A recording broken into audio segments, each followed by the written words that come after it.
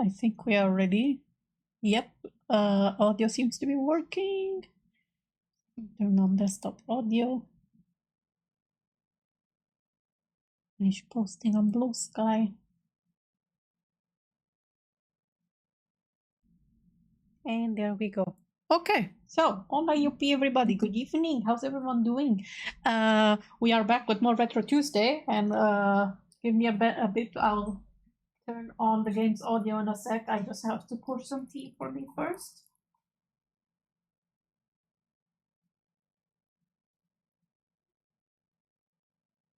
There we go. Tea has been poured and is prepared, and I am prepared for Sigma too. Or at least the boss rush and then Sigma. So before I start the stream, I filled up the sub tanks. So we at least will be going to the boss rush fully charged. Also, because I got the tip last week, sorry, not last week, your last stream, about the sword cancels. I want to look up how to do it, because I seem to have figured out how it's done now, and I think we might have a slightly easier time with the bosses. I haven't actually tried it in practice yet. I mean, while I was collecting the sub-tank health, why is my arm doing funny things? Stop. I think it's reading the microphone arm as an extra arm. Let me calibrate the webcam for a sec. Not face tracking. And tracking, there we go.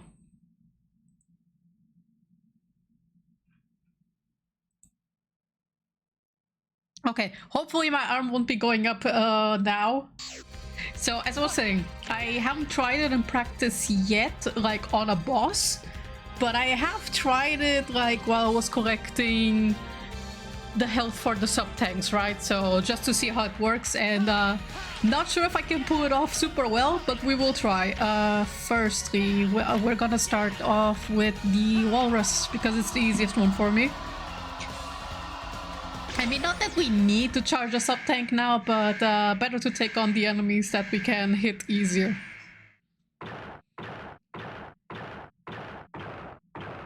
The freaking caption. It's real though! Can we fold Sigma? Oops. Wrong input! Already started off with the wrong input.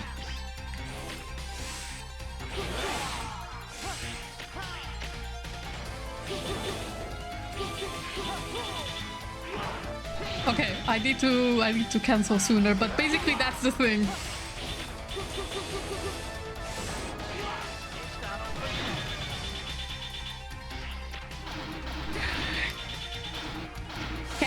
Can we delete Sigma before the year ends, because that would be nice.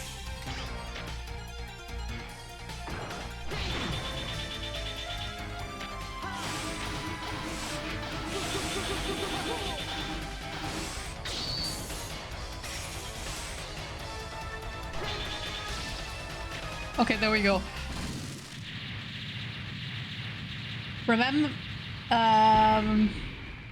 Remember that forward dash or back dash also dash cancels, if that helps with the 5L. Oh, okay, gotcha.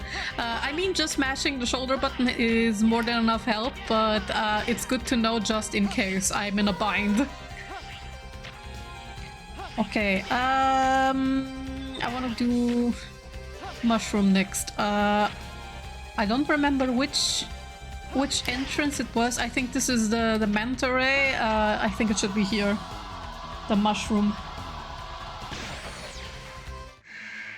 Yes, I got the right one.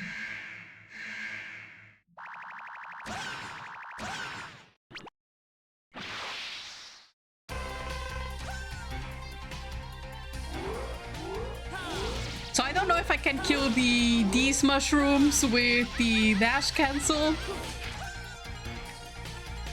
Let me see. No.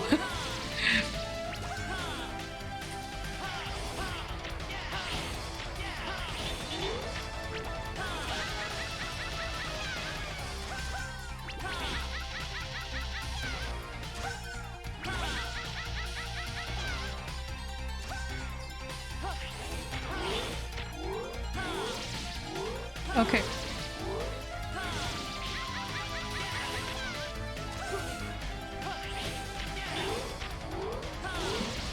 This one is relatively simple.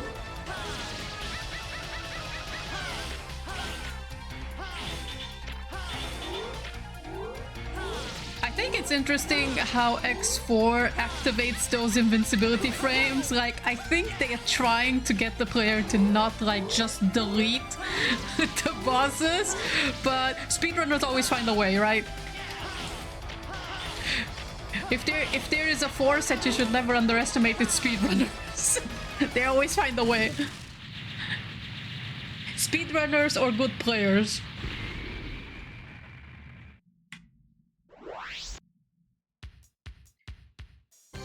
How many F per second do we have? Firstly, hi Dekas, how you doing? Good evening. Secondly, I don't know. I'm not good at math.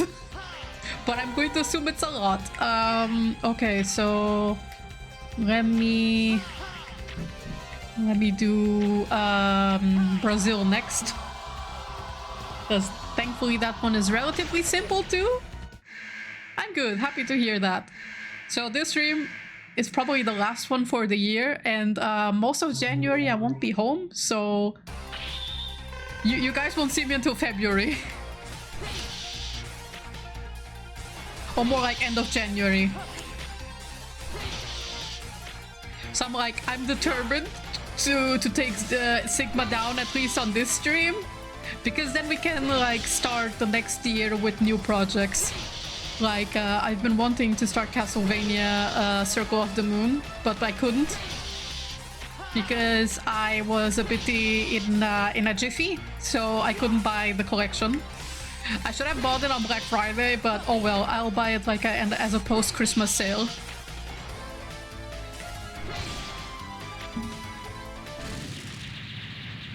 I don't know what I'm gonna put in the Thursday stream slot though.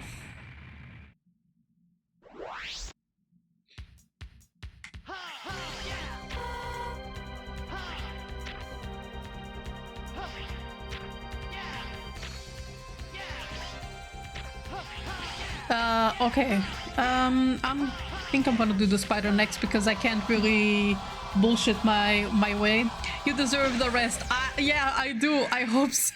I hope I'm able to rest in peace in January, because I was super stressed the last few days because I was like, oh shit, am I gonna have like enough money when I come back? But then I remembered I had Fighters Night in January, so I was like, actually maybe I'm not that much in a financial pickle. Plus, one of my free returning clients wrote me today, and they might be reserving a slot for January already, and I'm like, oh, thank God.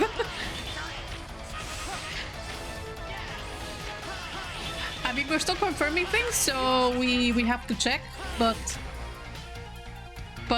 when I saw the email, I was like, oh my God, my life is saved.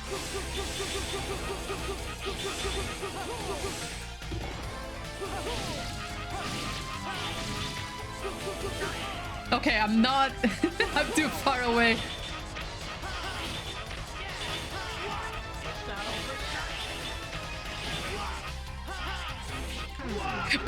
I let them kill me. Oh well. I got a bit too ooga booga there.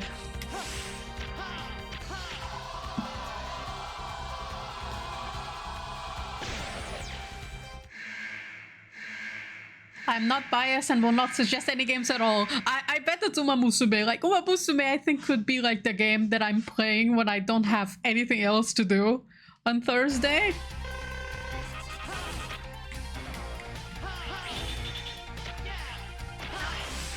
No!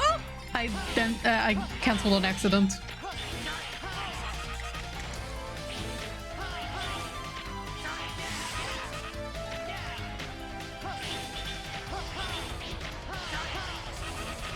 Okay, so I can basically just double jump. Unless...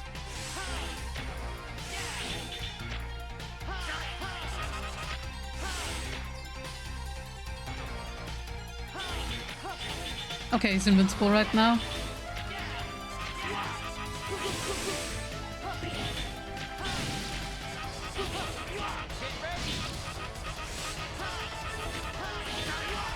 No! Don't make me use my first sub-tank already. I'm gonna have to. You know what? I'll just take the L. I have 5 lives. It's fine. It's fine.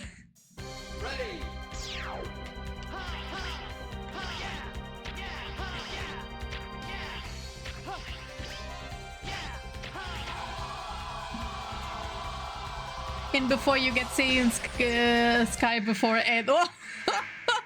If I do, that would be interesting. I mean, the first thing I need is like I need to have anything left after the Kita-san rerun to pull for like Oguri Cap Christmas or like anyone else, because I haven't been using my karats literally just to pull for Kita-san Black. I mean, I wanted to pull for Manhattan Cafe and Kawakami Princess too, but I was really lucky. I got Kawakami Princess in 1 pull, and Manhattan Cafe I got in 3. So I was like, what the frick? Surely I'm not gonna have this luck for when it's Kita-san.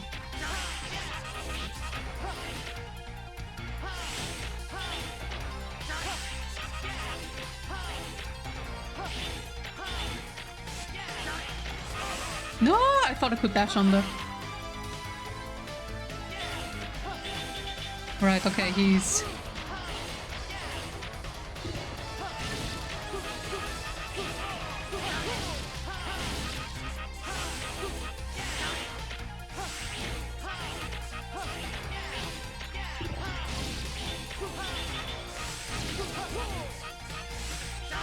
No! He attacked me, right?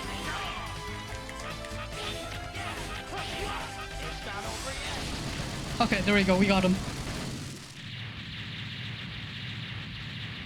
Hi Trunks, how you doing? Good evening. Happy Retro Thursday, I guess. And welcome to the last stream of the year before I go on a pretty long break again. This time, hopefully, I won't be sick in the break and I'll be able to have my vacation. Happy 40. Oh my god. I've never been so lucky with pulls in Mamusume. Otherwise, my luck in Mamusume has always been really bad. Whoa. Can you maybe chill?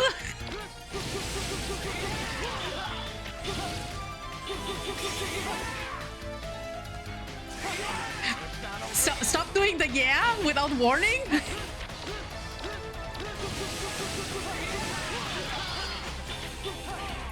Whoops.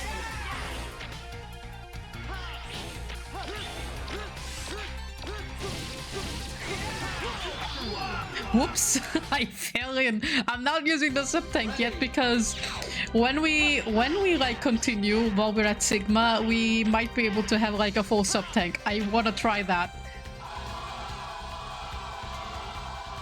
It's the yeah for one last time in the year. We yeah. We Dan Hibiki as a fish. He reminds me of the crawfish. He yes without warning.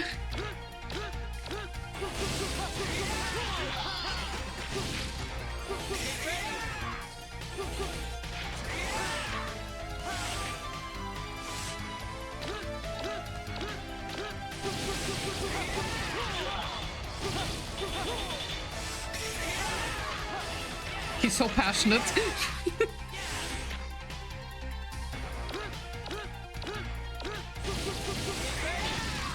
Oops. Hey, at least I was invincible.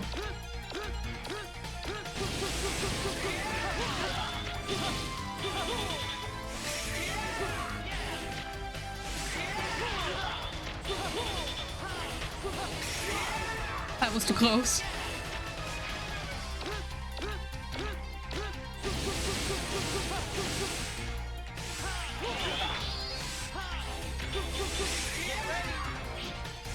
Oh, I still hit them.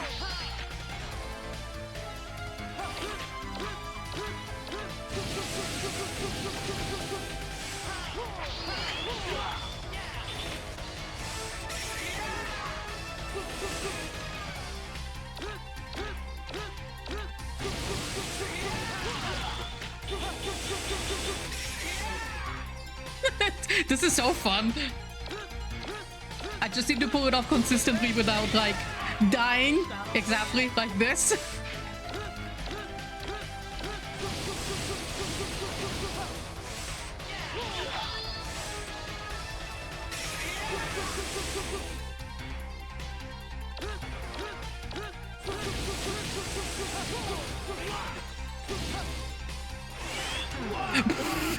I didn't mean to jump straight into him like that.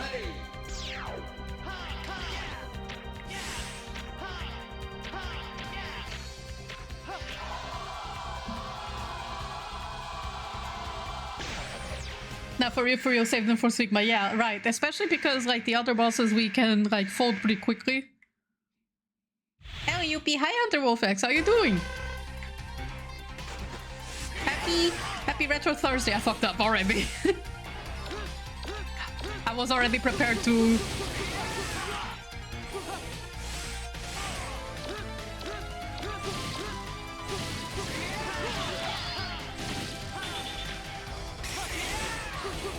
Like, this is so fun to bash, it's just that I need to be more consistent with it.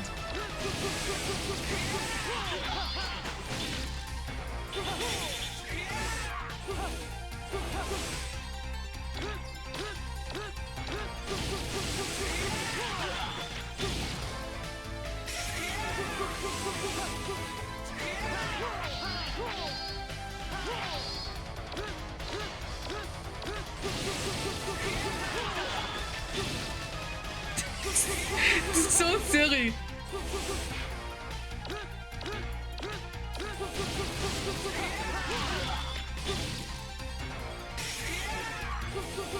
This is probably like quickest carpal tunnel for me, but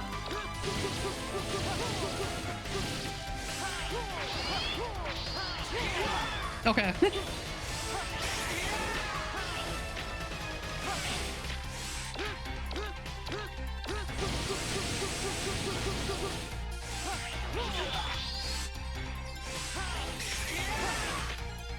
Or yet.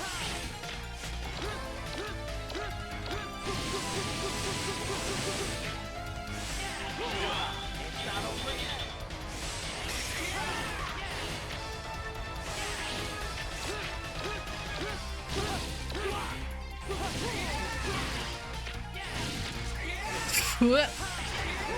No! I wanted to ice blaze him! Come on! Ready. Come on! I still need to pull off those blade cancels consistently.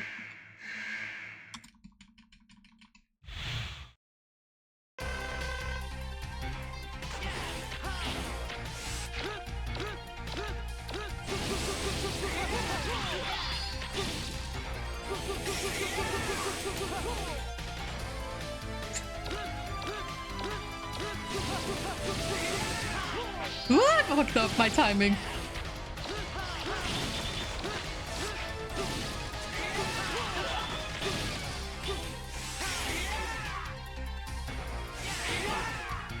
Yeah, me without warning.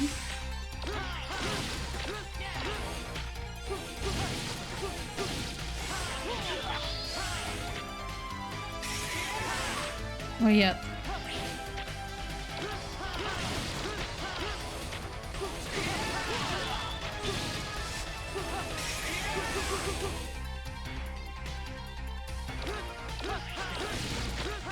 Just to spare my wrist a little bit.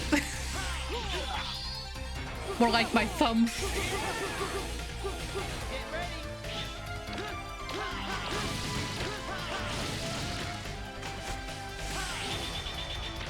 Whoops. Where you at? Hey, buddy?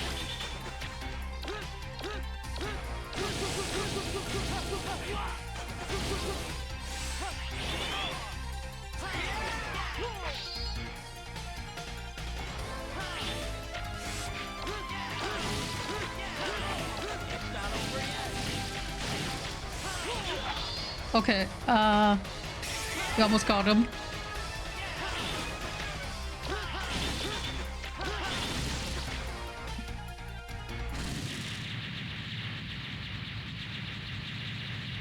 You know, I once asked Stingman what was his favorite cheese. He only gave me a simple answer. Gruyere!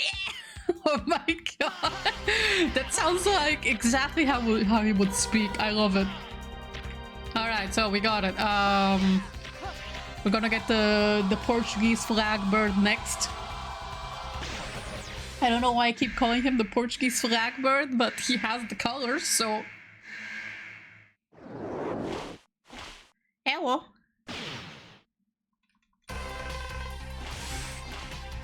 Get ready. Get ready. Get ready. There's probably the only thing that kind of annoys me in this boss fight is if you want to be up in him, you can't dash cancel out of the Rekoha in time, so you get hit by the collision. But oh well, I guess it's a trade-off. You trade with him. Alright, okay. Let's do Slash Beast next. Before we go fight the fighting game wannabe character. Who, if I recall, doesn't really have a weakness, at least with Zero.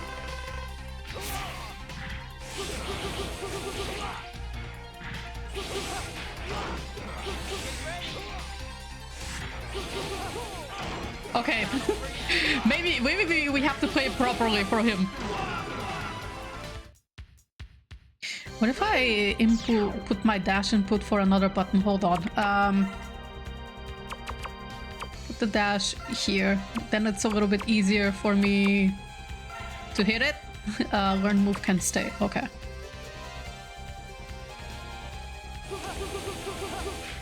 Yes, that's a little bit easier for me, rather than doing it all with one hand.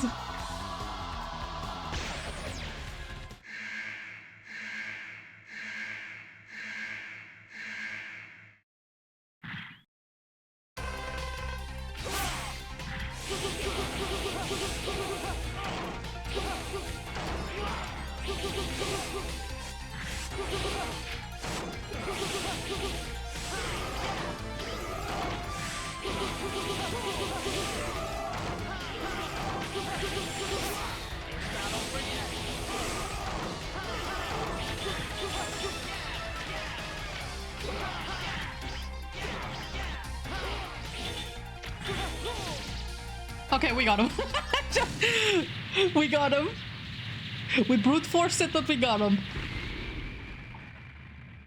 I looked away for 4 seconds and you get folded by the boss. Hey, hey, I'm trying. I'm trying my best.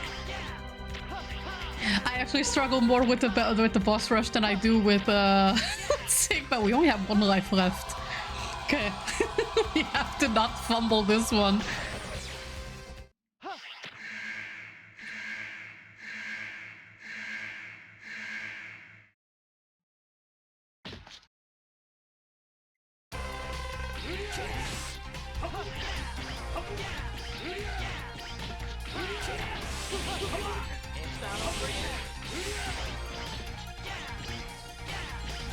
Oh, shit, I needed to get behind him.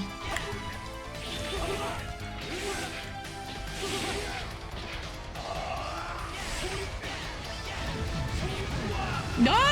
Okay, we're gonna have to do it from the beginning, but oh well, fuck it.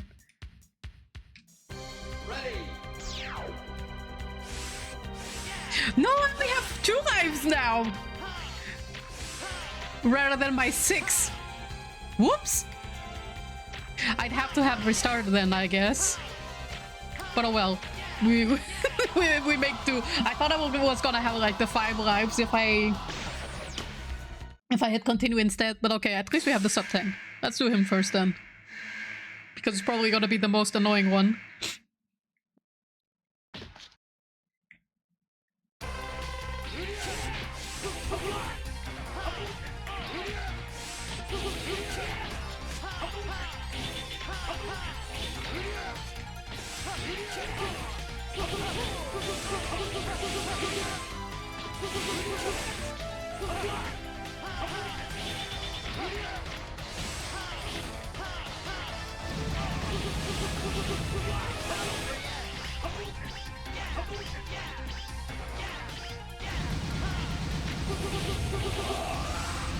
Uh-oh.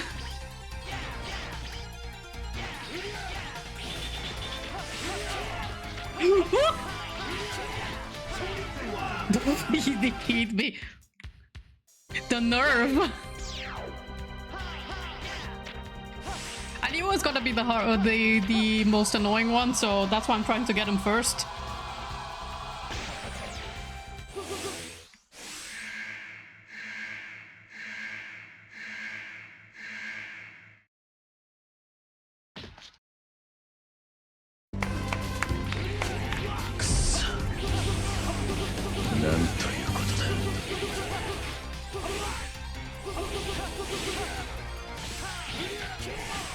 Okay, maybe...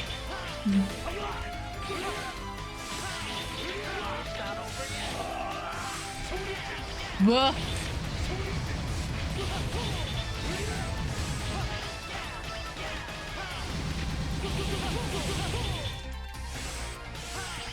No, I need to jump behind him on the other side. I'm silly. Oh.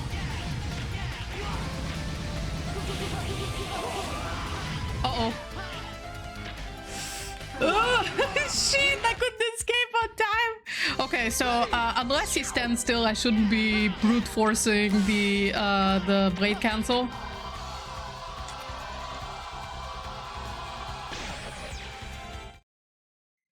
Fun fact, you need to have a soul in order to be able to execute the Hadouken, which means the Reploids actually do have souls. Oh my god, that's actually a neat attention to detail.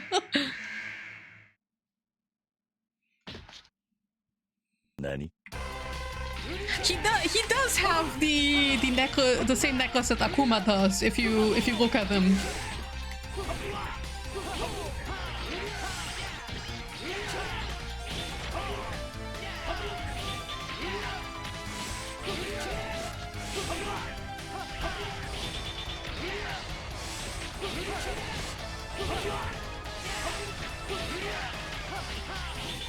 It's not over yet.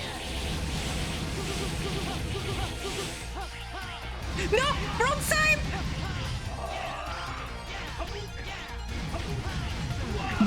Okay, we fucked up. Okay, I have to kill him first. Ready.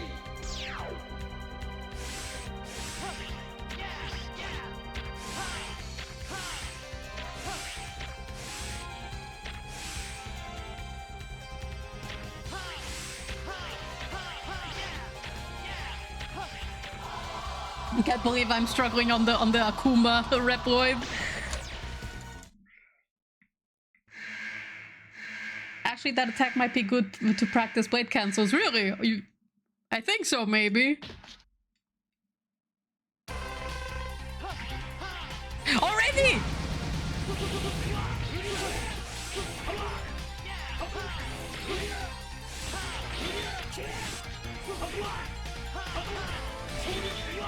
Oh my god.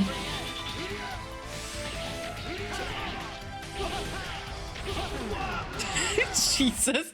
Okay, wait. I think I'll have the dash button on my usual button after all.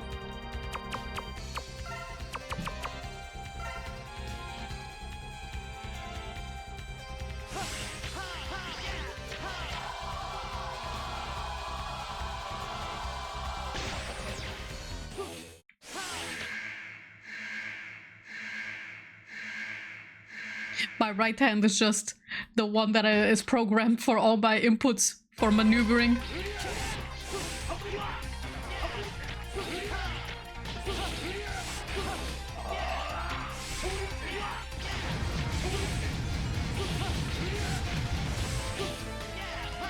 Okay.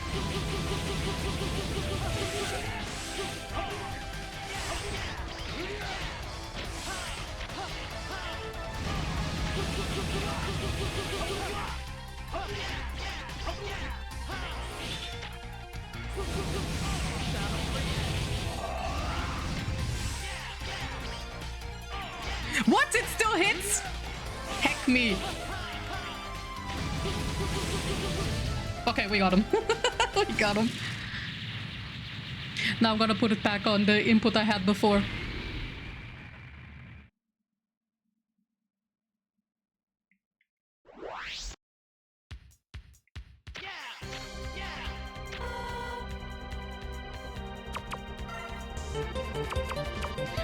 Hey! Oh no! Ringo Venter, thank you for the raid! Welcome, welcome! How you doing? Whoops. Wait. Welcome to the welcome guys, welcome raiders, and I hope your stream was good, Ringo Venter. I hope you had a good idea. Sorry, a good stream. What were you streaming? Also, hi raiders. I'm a wannabe Patchco girl who likes retro games a lot, and I like drawing. So I'm also an artist. That's actually my full-time job, to be honest. But yeah, everything you see here, model, assets, all made by me. Okay, so Z-Saber, jump, dash, learn, Giga Attack, learn move. I think that's what it was. Right? Okay. all is in order. Okay, then. Let's do Walrus first. He's pretty easy.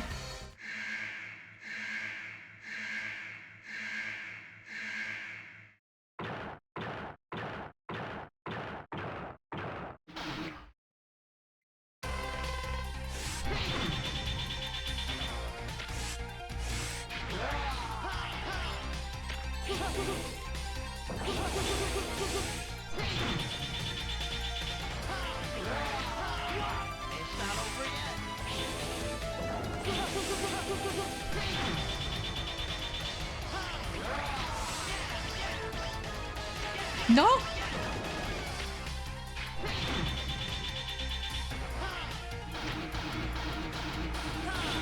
Whoops. Messed up those inputs. Coming?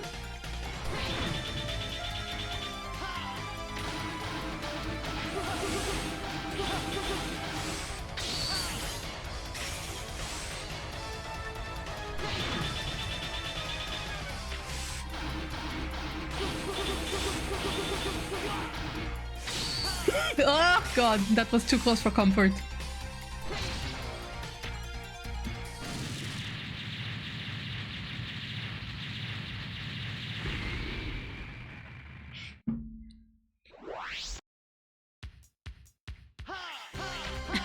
The boss rush is basically serving as a blade cancel practice before we go to Sigma. So do forgive me if I fail on the boss rush a few times, because like I said, I literally just learned how to make dash cancels. So let's do him next.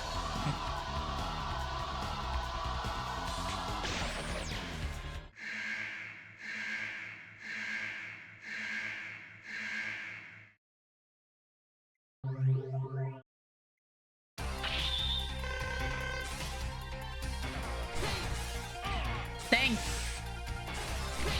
I did it too soon.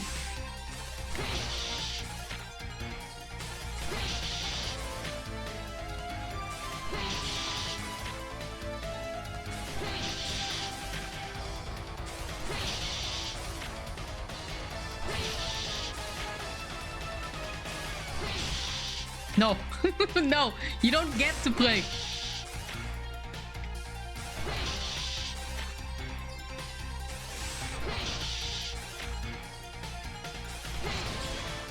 And we got him.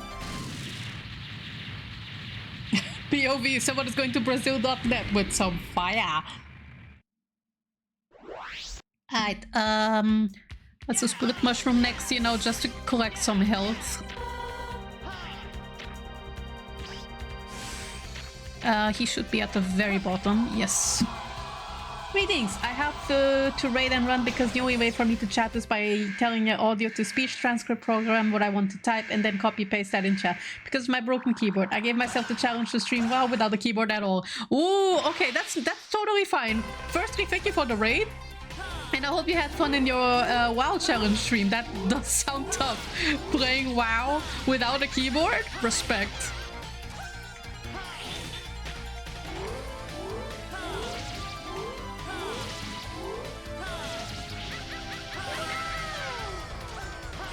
Yeah, WoW moment for real. Like, if I recall, WoW was a pretty, like, keyboard-heavy game, or at least resource management, more like spell management kind of game, I guess. I don't know much of it too much. We only had like the infamous like WoW setup screens for our UI classes in game school.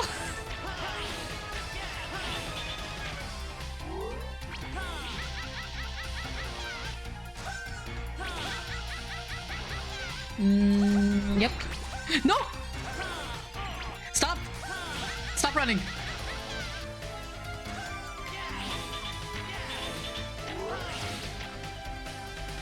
Accidentally used the wrong input. It was fun, but easier than thought. Oh lord! Were you doing a raid? That's what you do in games like WoW, right? You do raids? But yeah, that does sound like a fun challenge. Let's do the bird next.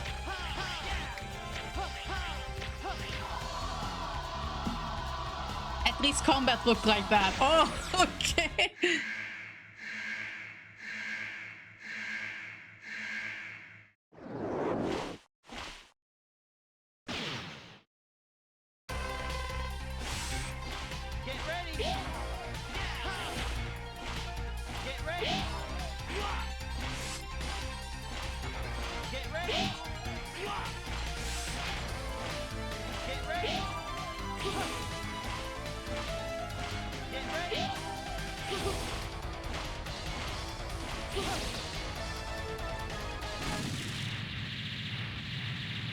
Okay, so well, what I'm basically doing is just alternating between the first L and then the dash, but I assume the most optimal is double slash into dash, like I do it like this.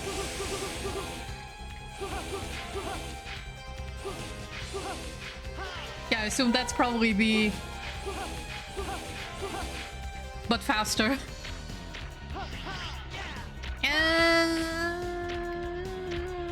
Yeah, let's do slash beach just to get this side done.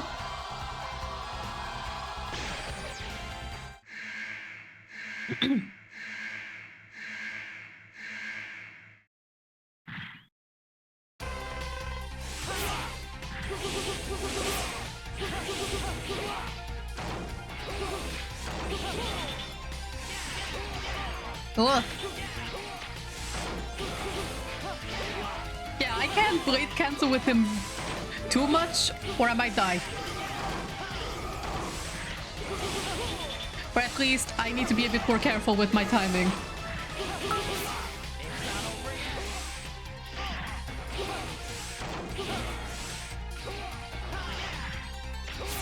No, come on! Yeah, so I need to be a bit more attentive with Slash Beast.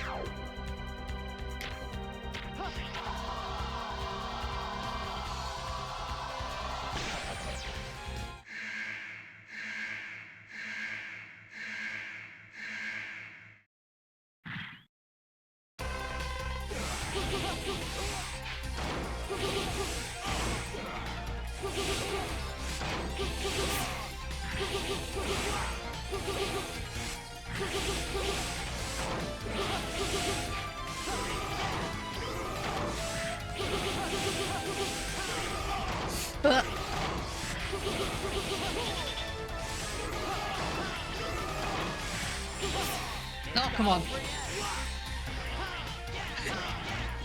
Do not grab me.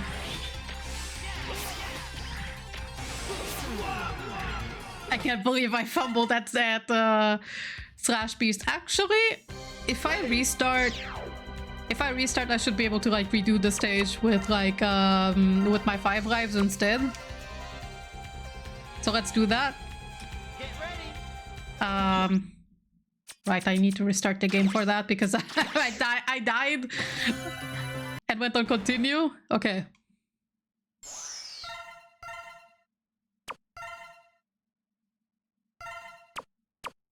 Should be this one, I think.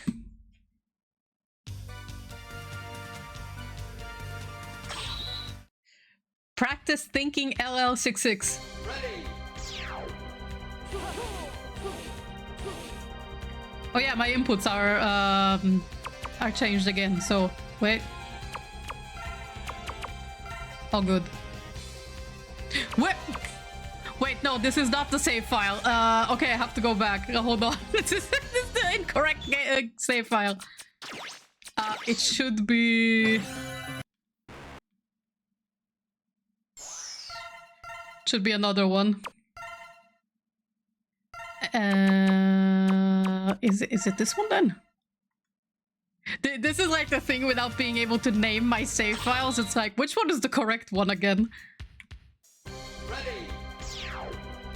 This also only has 2 lives. And no sub-tank! Okay! Wait. Which save file is it? Where are my sub-tanks? I did save.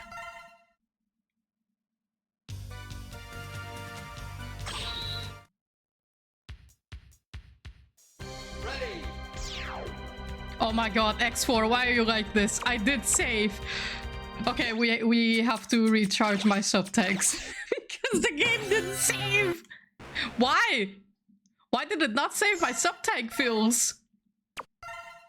And my life collection, but okay, we can collect sub-tanks pretty quickly, so no big deal.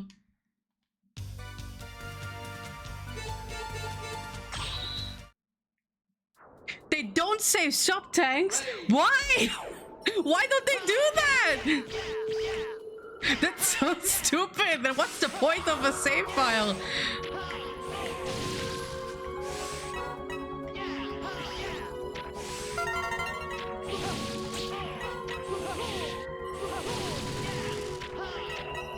Well, thankfully there's this stage, so we can fill it up pretty quickly. So much for saving.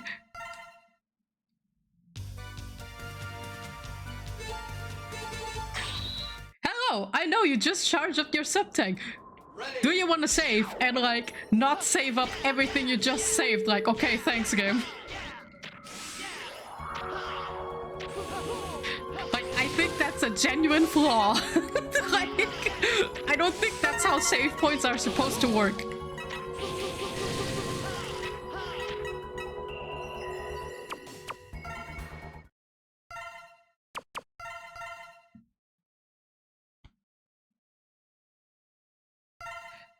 How's the best Megaman game? Firstly, hi Video VT, how you doing? Good evening. How's the best Megaman game? It's great. It's great. I'm fumbling, and also I just discovered today that right now that apparently the sub tanks that I had just collected and then saved, you know, before the stream. So not only did I not keep the lives that I saved up for, and the sub-tanks I spent charging pre-stream. So I was like, but why? Why don't you do that?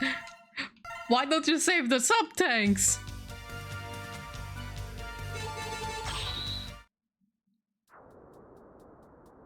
Ready. But at least the snow-based stage is fine. It's pretty generous. So I can collect like...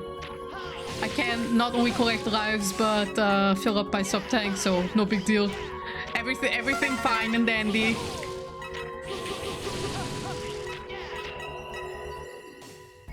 Okay, that's enough. We have 6 lives.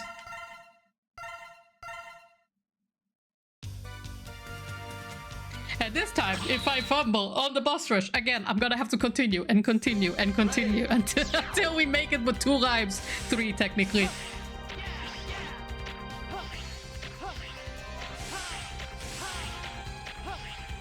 So let's do the Hadouken guy again.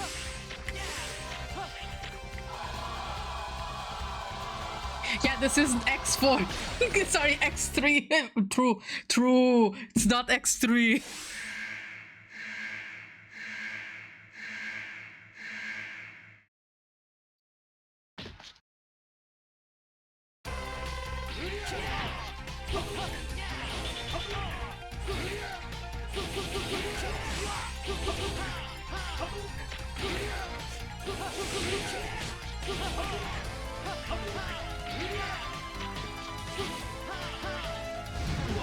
What? Excuse me? I didn't know the lava did instant kill. It never did before.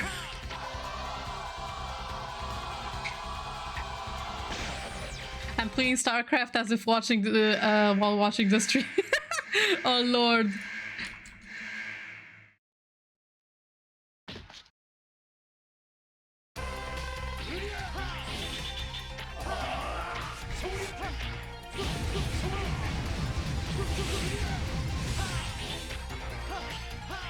This time, do not fall in the lava.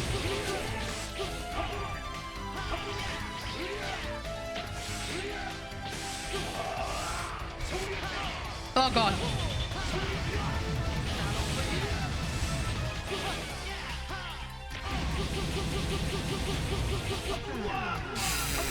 I need to not get hit. Ready. He's the boss I struggle with the most. I mean, I could try playing patient, but I still struggle with him the most. Maybe I should do the struggle bosses first. And save up the easier ones for when I need, you know, some health without using the sub-tanks.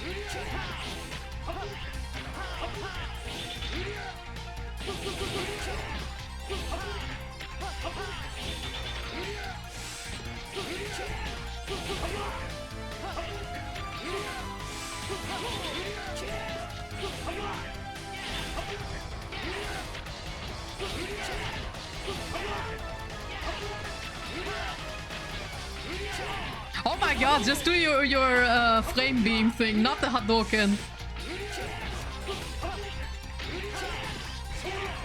Oh my god.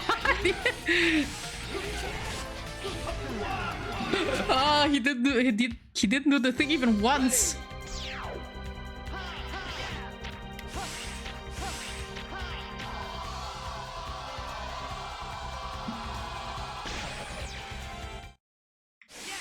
Not getting hit is a good idea. That's probably the best gameplay advice you can give to everyone. Just don't get hit. Easy.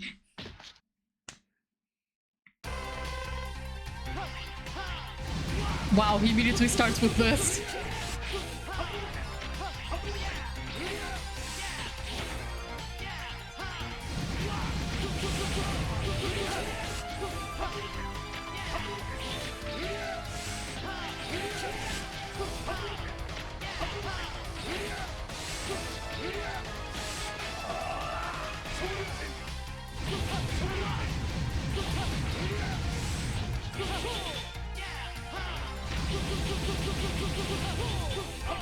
Oh, come on!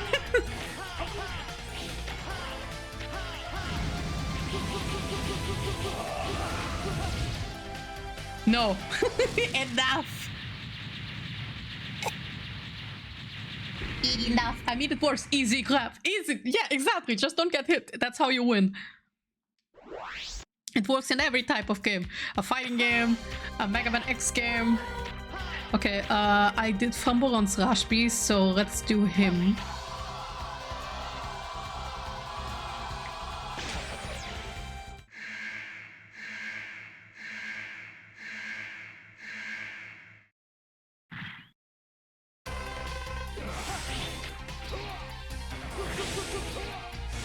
Oh, come on.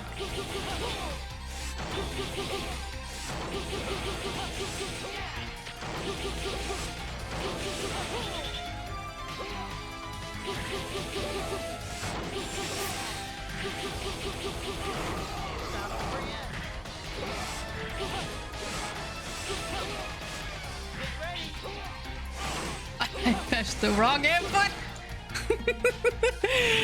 See, this is why I think it's good to practice the blade cancels right now. Because I accidentally keep hitting like the Rekoha instead.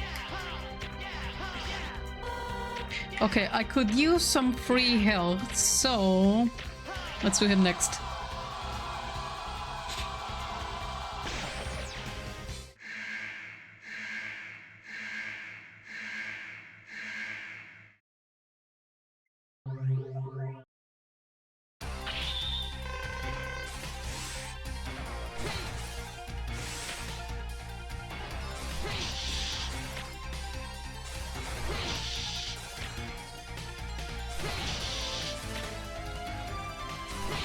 Wenjin.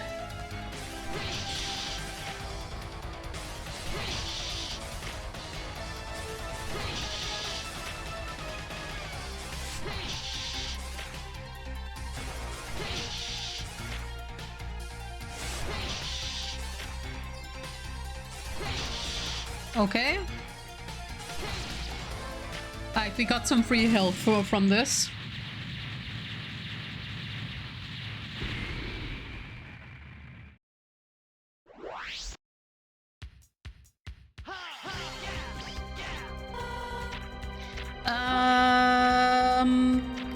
Gonna save the walrus and the bird for more. Oh my god, another raid. Lexixia, hi! Welcome. How you doing? Welcome, raiders. I hope you're having a good time. Welcome to the stream, and I hope you had a fun time in yours. What were you playing? And welcome, raiders. I got raided like already twice today. I'm like, oh my god, I never had so many raids in one stream. But yeah, I'm a wannabe magical girl who's an artist as well. Model, overlay, and everything is made by me. And I like retro gaming a lot. Also, I like fighting games, although I haven't been playing a lot of fighting games lately. Your setup is so cool. What the frick? Thank you so much. I put a lot of hard work in it. I was playing Wind Waker for the very first time. Oh, Wind Waker! Oh, that's a good one. I mean, I've only played it a little bit when I was a kid at a friend's house. But it's in my list of games I want to play at some point. I like the style a lot. Okay, so we did Bird, we did Slash Beast. I did struggle a little bit with the spider, so let's get him. Since he doesn't have an easy weakness, then I'll go for the Manta Ray. Then we'll do the rest of the easy bosses. I always talk mad smack on it, so I figured I would give it a go. Listen, having the thing you want to smack talk, like first-hand experience, is so valid, because then you have more ammo. Even if you, like, regardless if you end up liking the thing or not, you will always have extra fuel.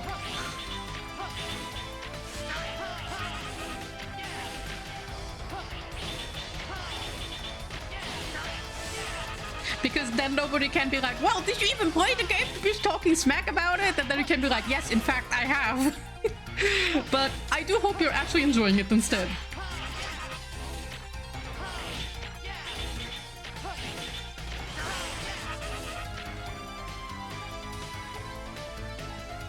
Okay.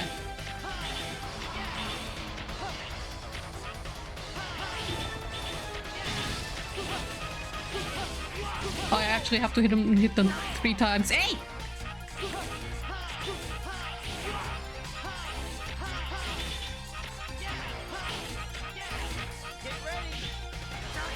Hey! Yeah, see, this is why I wanted to kill him, because you can't just I mean, you can blade cancel him, but he's one of those I don't want to risk.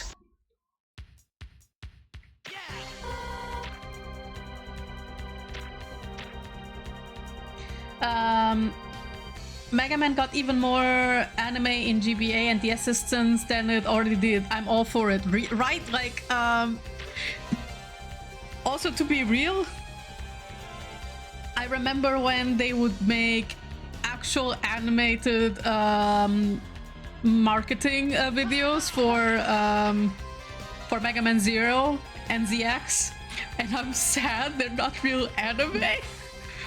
And watching all the cutscenes in X4, I'm like, why isn't this a real anime? I need it so bad. Like, oh god, the animation in X4 is like, chef's kiss, just magnificent. Okay, let's do the Manta Ray next. Dan Hibiki. Sorry, but I must lurk a bit. I have to get back to work, but I'm glad to be here. That's okay. Lurking is entirely fine. I don't mind at all.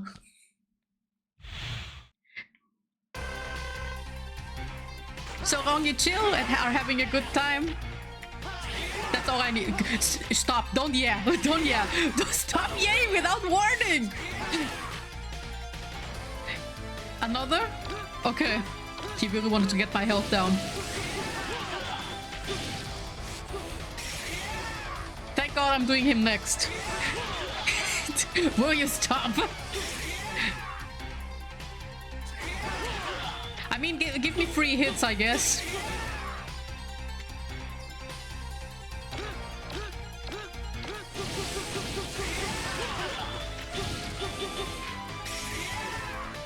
Everyone knows what to say. Yeah!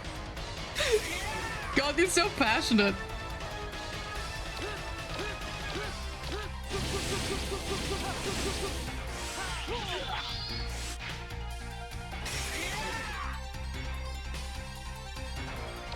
Okay. I messed up.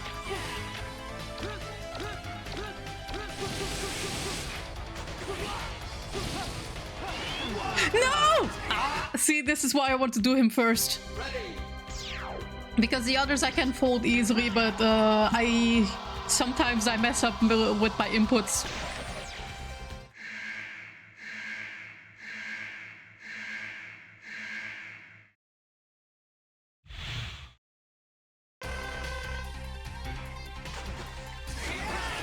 No!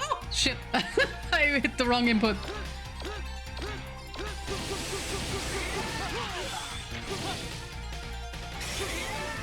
So sad I can't hit him while he's frozen. That would be so much easy damage. Okay.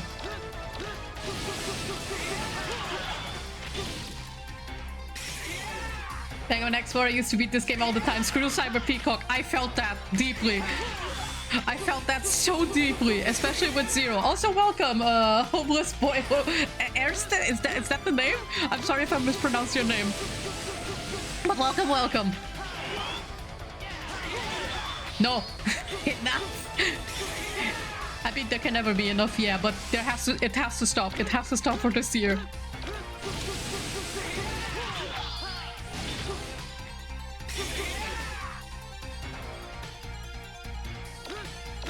It has to stop because I want to start with Castlevania Circle of the Moon next year.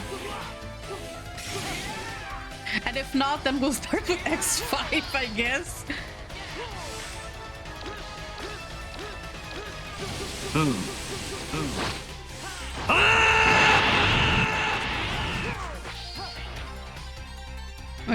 Where is he?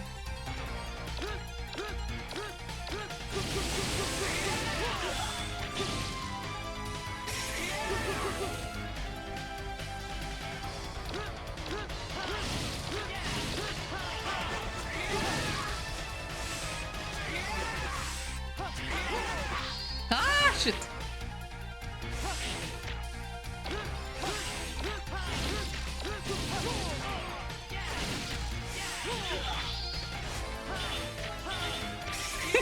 So sad. I can't just hit him like this.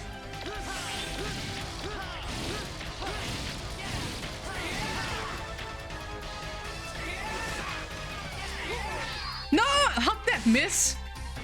But he hopped that miss.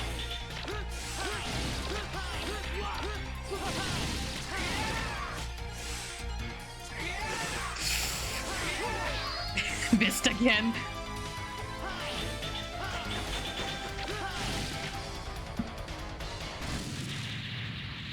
You seem to be having trouble. How? Because this is my first time playing the game. And yeah. I only started learning how to do blade cancels literally an hour before the stream.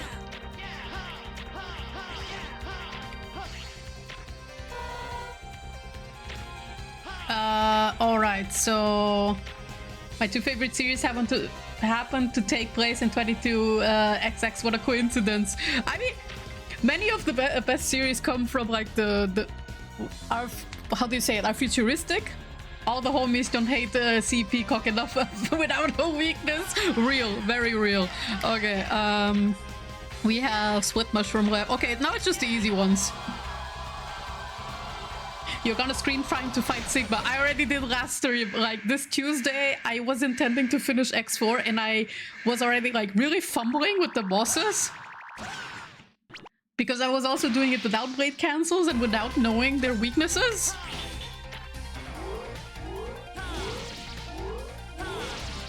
But Sigma, like, the first two phases are easy. His third phase is the part I struggle the most with.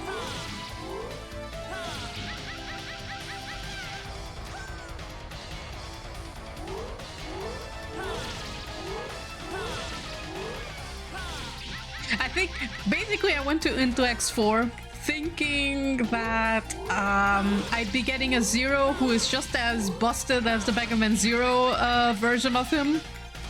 Because the Megaman Zero games I have played almost like all of them, I just never finished 0-4 because I was like, how dare you take my triple rod from me?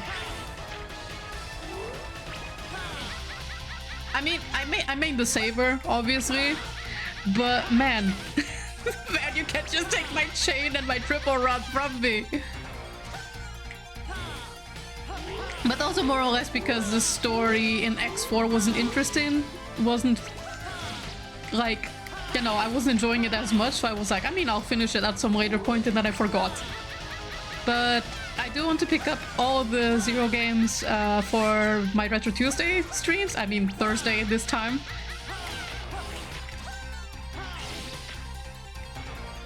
So I was planning to finish 0-4 definitely then.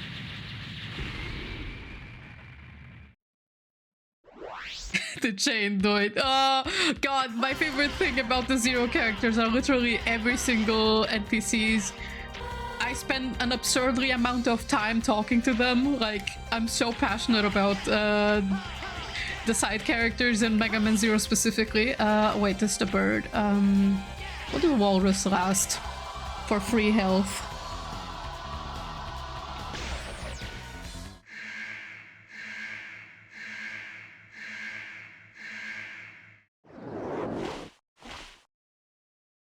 There he is. The bird who has all the flags, sorry, all the colors of the Portuguese flags.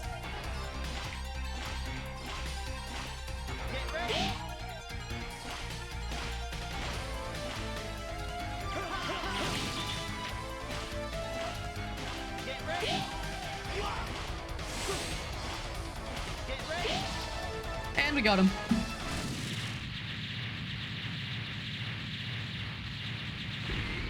Okay, now just Walrus, and then we can go to Sigma. And thankfully, because I filled up my 2 sub-tanks, we at least will be doing the 2 boss... the 2... He's... How do you speak English? I forgot how to speak English. I got my own tongue twisted. As I was going to say, we're going to go into Sigma with sub-tanks full. That's what I wanted to say. For all the 3 phases. I mean, the last phase is more important for me, because the first 2 are pretty simple.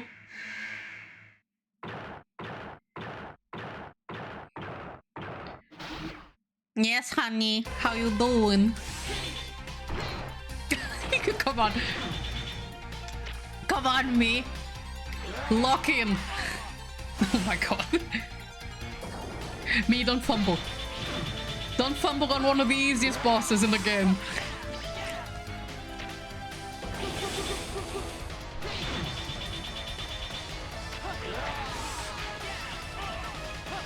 I need to double jump sooner.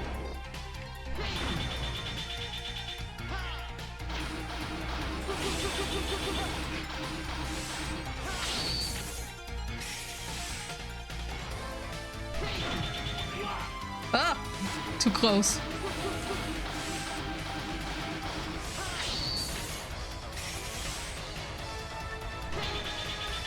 Why you... No!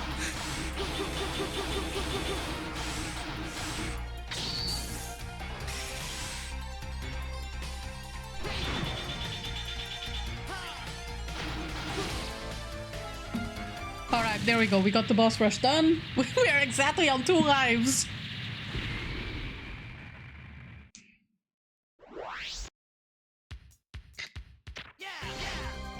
Before we go in and fight Sigma. Are we gonna get like the cutscene again, I wonder? Nyum. Frost Walrus has always been my favorite to fight first. He's just so dumb and slow. He's just silly. He's silly. Oh, we might get the cutscene again, so let me get back to the chat first. He's silly and he's easy to fold. Funny how the two bosses who are weak to Ryujin are the ones who have that spark mandrill effect. You need to fuel yourself before this last part. Thank you, Chris. I will fuel myself as much as I can. Bro thought he could survive on 1 HP. He really did. God. The amount of bosses that like hold on to that last HP of health while I'm slashing at them, I'm like, this would never happen in Megaman 0. Or at least I think. I might be remembering wrong because I'm the nutcase that never attacks without charging. Good work, Zero. You're Sigma. Yes, I know. I've seen this cutscene this Tuesday. Oh, we're getting the cutscene again. Situation. Commander! Where's that red maverick that wiped out Garma's unit? We are... Inside. He's inside that door. We're not skipping it because the animation is just so good. By yourself, Commander? I don't want any more of my people being sacrificed. I love it. The voice delivery in this game in English is crazy. It's so funny. I miss cheesy voice acting like this a little bit.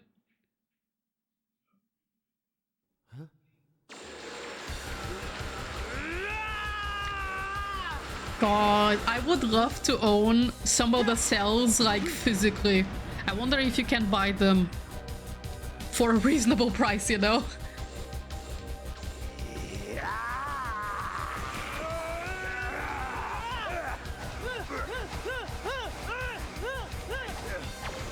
Right, I didn't mention this to the newcomers, but my plan for X4 was once we finish the games, I will be rewatching all the cutscenes in Japanese on stream. So let's hope I vote Sigma tonight so we can so that we can watch the cutscenes in Japanese.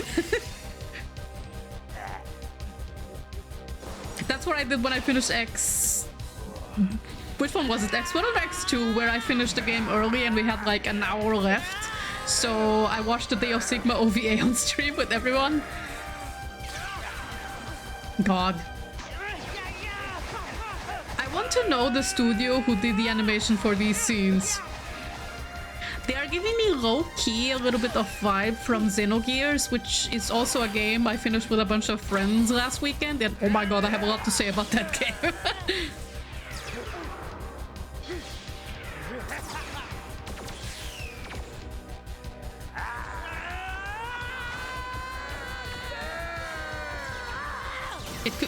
I wonder if they make these animations in-house on Capcom or if they hire a studio. I really want to know.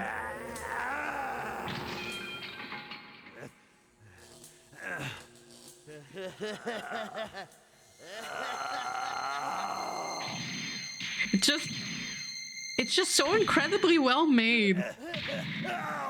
This is why we need a Megaman X anime like this.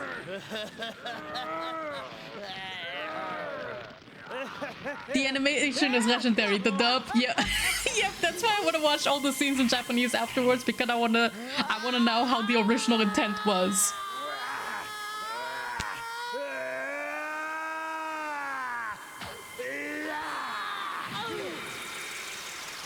Like, the quality in the X4 cutscenes is basically the same quality I would expect from a really high grade 90s direct to VHS OVA.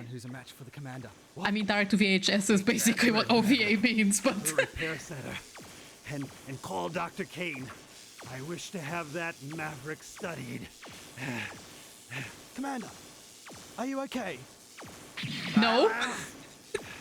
I love how they're like, sir, are you okay? I see your face has almost been ripped off and you have an arm less. Are you okay? Surely it's just a flesh wound. Sorry, how would you call a flesh wound for a Reploid, actually? What's your point? Yep. Zero, you were a maverick. Yeah, so basically that's the cutscene. Sebek, actually. Ooh, okay, good to know. I'll look them up later.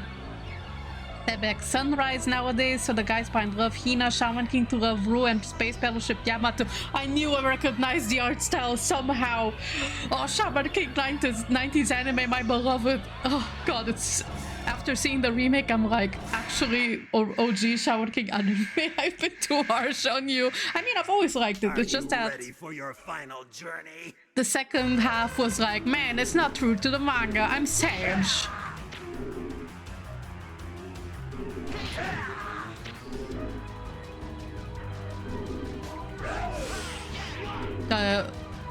Wasn't paying attention for a second. Whoops. But yeah, this does make me wonder if the same studio did the cutscenes for Xenogears. And oh god, if there's one thing I really wish from Xenogears is I wish the same studio animated Xenosaga. Because I came out of Xenogears thinking I'm not a fan of the game. I might play it myself alone at some point, but I'm not in a rush. Basically, we did disc 2 and we were like, what is happening? What is happening to this game? Why is disc 2 a visual novel? It's basically like a YouTube video game summary that is sold like an analysis. That's what it felt like. And I was like, how you mean we spent like 50 hours at this one and this is how you wrap it up? Anyway, phase 2. And Xenosaga, I loved it. I'm definitely also gonna be playing it on stream alone because I played it with friends. Shit, we got boomerangs. I'm sorry, I'm talking about Xenosaga, which is such a good game. We need a remaster or like a remake. I summon boomerangs again. It's okay. I'll take the L. I'll take the L. I'll take the L because I'm very emotional about Xenosaga. Xenosaga is peak. Cosmos could save the gaming industry. Quoted from a tweet I saw the last week. Prepare to become space dust. Tried looking it up, but I don't think they did Xenosaga. Okay, makes sense. Makes sense because Xenosaga isn't a Capcom game. But it gave me a similar vibe, that's why I thought that.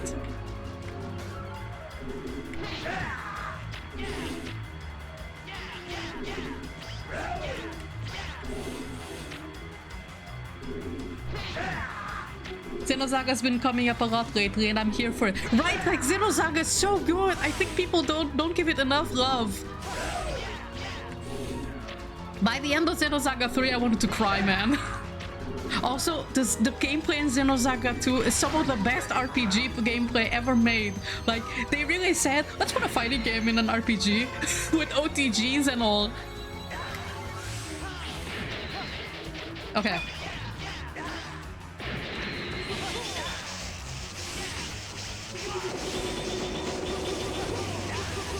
Okay, blade cancels in this form is a little bit trickier.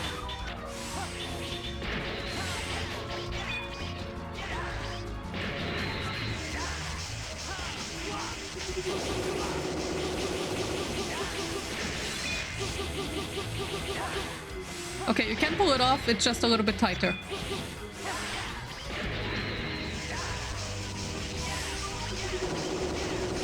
So let's play it safe. There we go.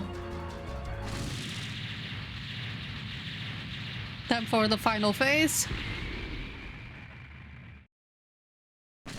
And I won't be using the sub-tanks until I feel like I'm sure I can defeat them. Are you ready? Yes, I know. My girlfriend is waiting for me. Iris. Oh, Iris is a cutie. I really like her.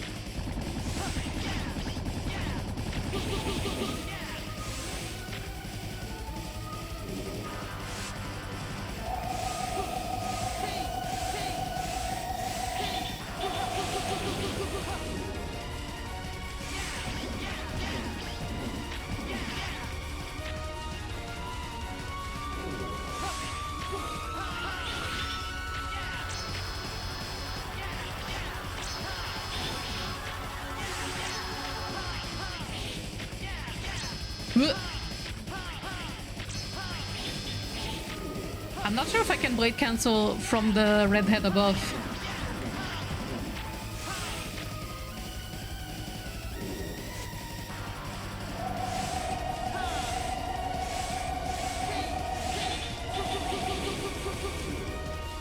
Alright. Ooh, I didn't jump down soon enough.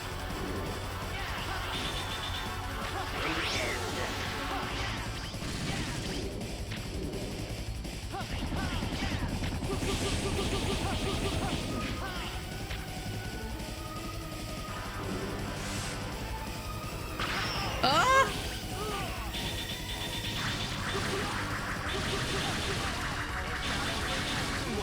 Oh god, okay, I can't hit him from there. I have to do the spinnies instead. Xenosaga, the animation apparently was animated by Toei. This I did know because, fun fact, the guy who did the art direction for the Xenosaga animation is the same art director that did my third favorite season from Precure, like Fresh Precure.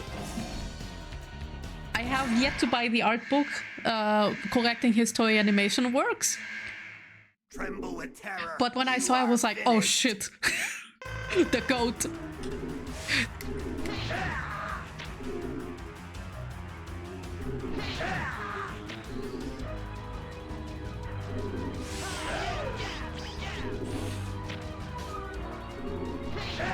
Honestly, not gonna lie, I think if they made a remake of Xenosaga, it would be really nice if they did like a remake of Xenogears as well.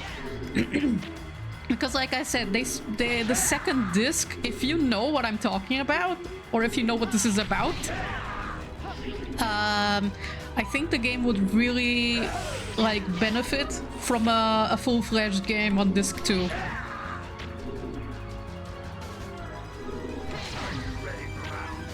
Or at least add more gameplay elements in between, you know? It could just be a remaster with just a little bit more gameplay on disc 2.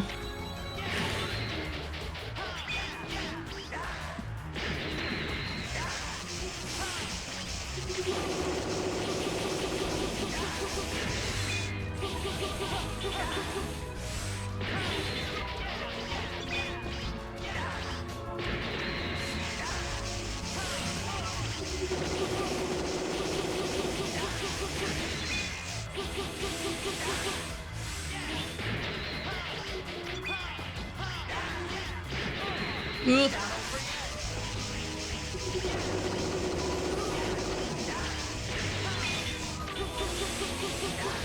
Okay. We got him. We might be sitting on Sigma for a while, so we'll see.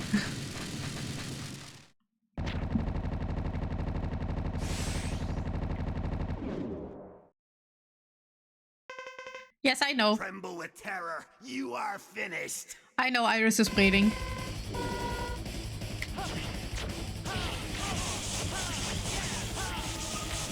Right, I had to stand on the edge.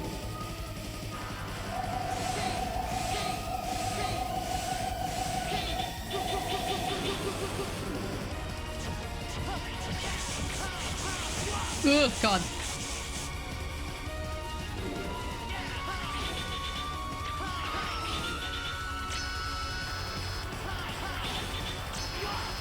Okay, we're gonna have to use the sub-tank.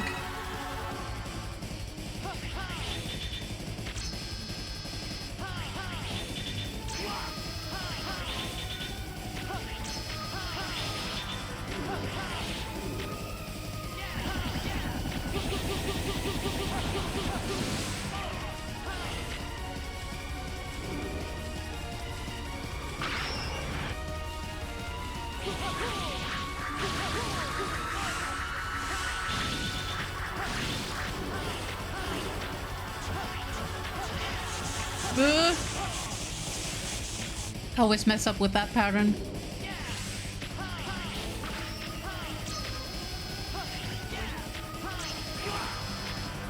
Yeah, another.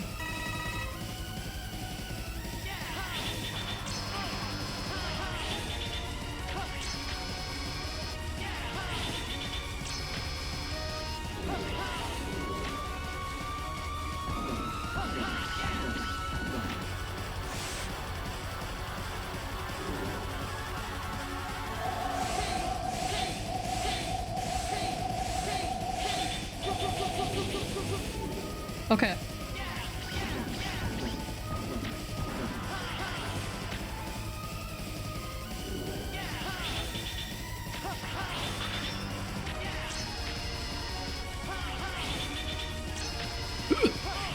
Ah, crap, I thought I was safe.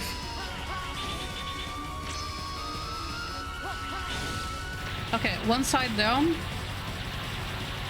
We have no more sub-tanks, so we really have to make it count.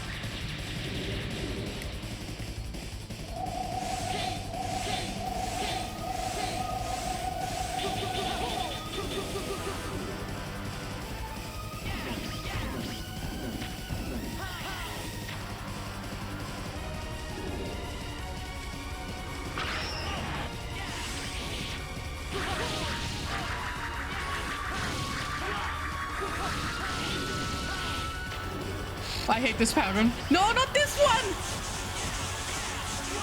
Oh, come on. I hate this pattern so much. Okay, please do the win thing. Oh, come on! Damn it! Okay, but I think we will have our sub-tank full, right? Heck my life, man. Why don't they save the sub-tank?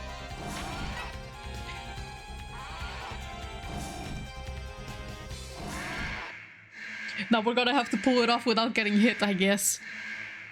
Tremble with terror. You are finished.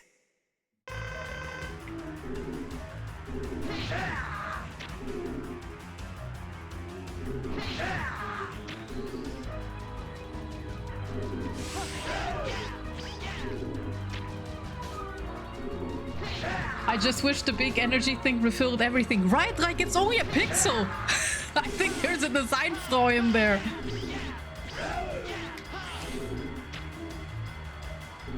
Honestly, I think the smaller tank fills up more. That's the impression I get.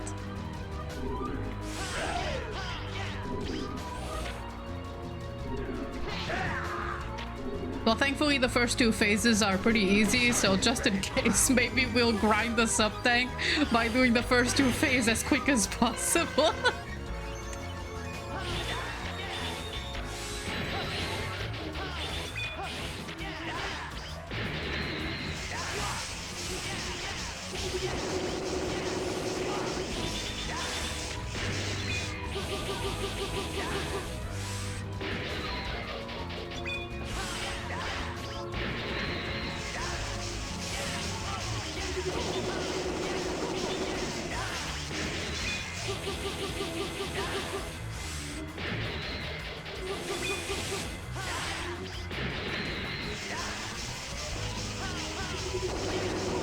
Okay, just play it safe a little bit.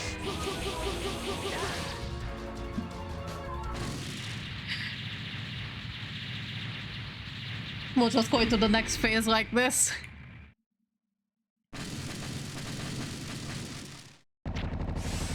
Without charging anything. Are you ready for your final journey?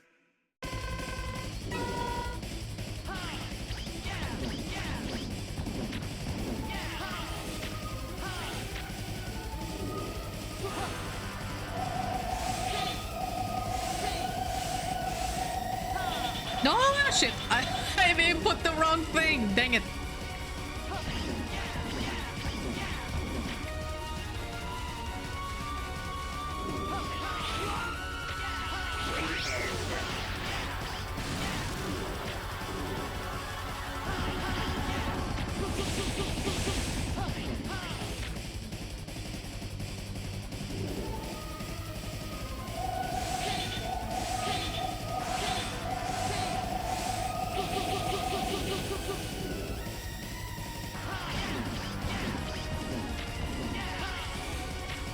Okay.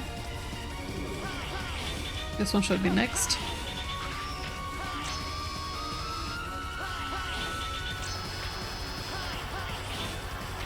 The barrel of the gun seems to be a blind spot on the hitbox, hurt box, whatever you call it. Yeah, okay. I did kind of realize it before. Please not this pattern, I hate it.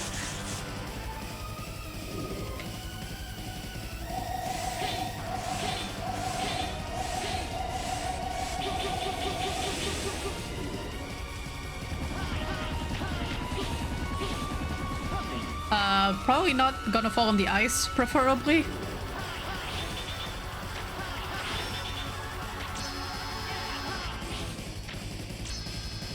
Okay, when it's there, I can't.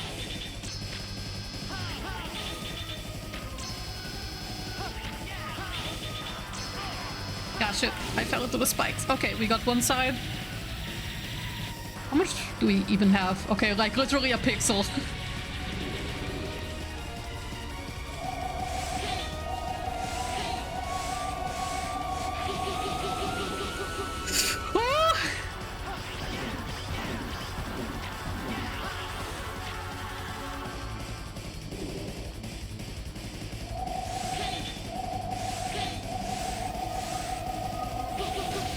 Okay, we got him.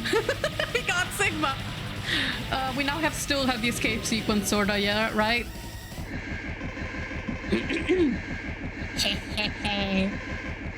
What's so funny? This weapon is aimed at Earth. No one can stop it. No! Ha ha ha ha! Goodbye, Zero! We did it without sub-tank, I guess. But first I have to not die on the escape, I guess. I don't remember how it went. But I think it was pretty risk-free. Yeah, we're done. We're finished. General! Zero, I was wrong from 50 kilometers away still. Sigma, he blinded me to the truth. It's okay, rest. With my body, I can stop the weapon. I have no choice. Then it's over for this soldier. Farewell, I have no choice. General, you do have a choice, come back.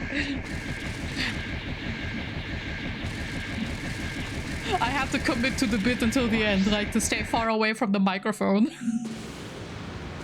And there we go. Space weapon gone to hell. Now you have Zero on the spaceship, huh? What's he gonna ask X, I wonder? Is he gonna be like, hey X, if I become a Maverick, kill me? And X is gonna be like, what are you talking about? Ooh, never mind. There he is! It's the man! Why we? Oh, whoa! So, this is what happened to me. This is my fate. I couldn't save anyone after all. Oh my god, the delivery. Iris!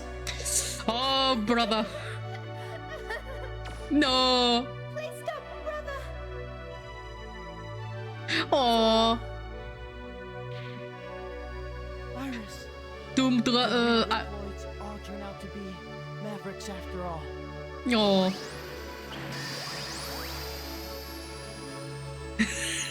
I need to destroy this weapon. I have no choice. Oh man, sad. So Zero's story is sad as fuck. So, is this... I wonder if this is partially a reason for how he becomes pretty stoic and hard in the Megaman Zero series.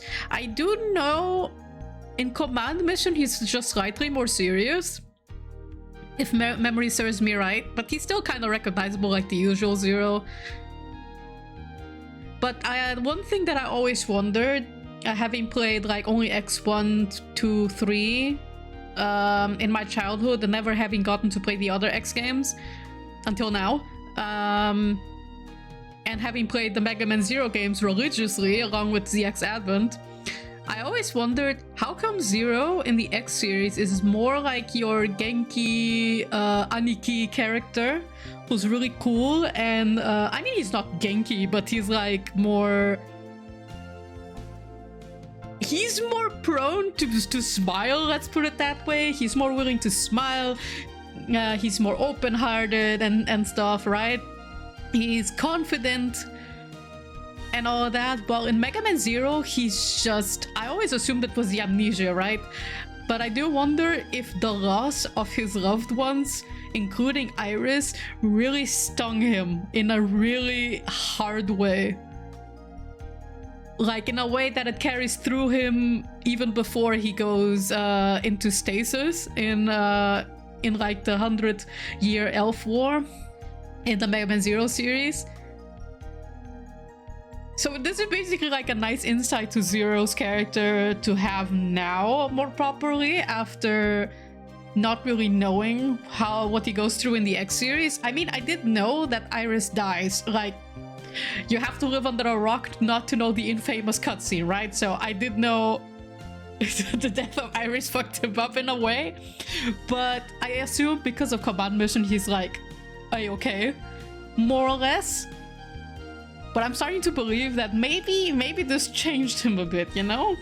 He's more Michelangelo here and more Raphael later in the X series and into MM0.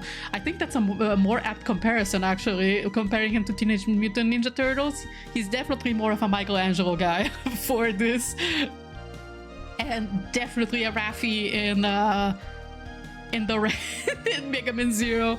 I love Zero's version in his own series a lot. I mean, I've already said that the Mega Man Zero series is my favorite from the entire franchise, bar none.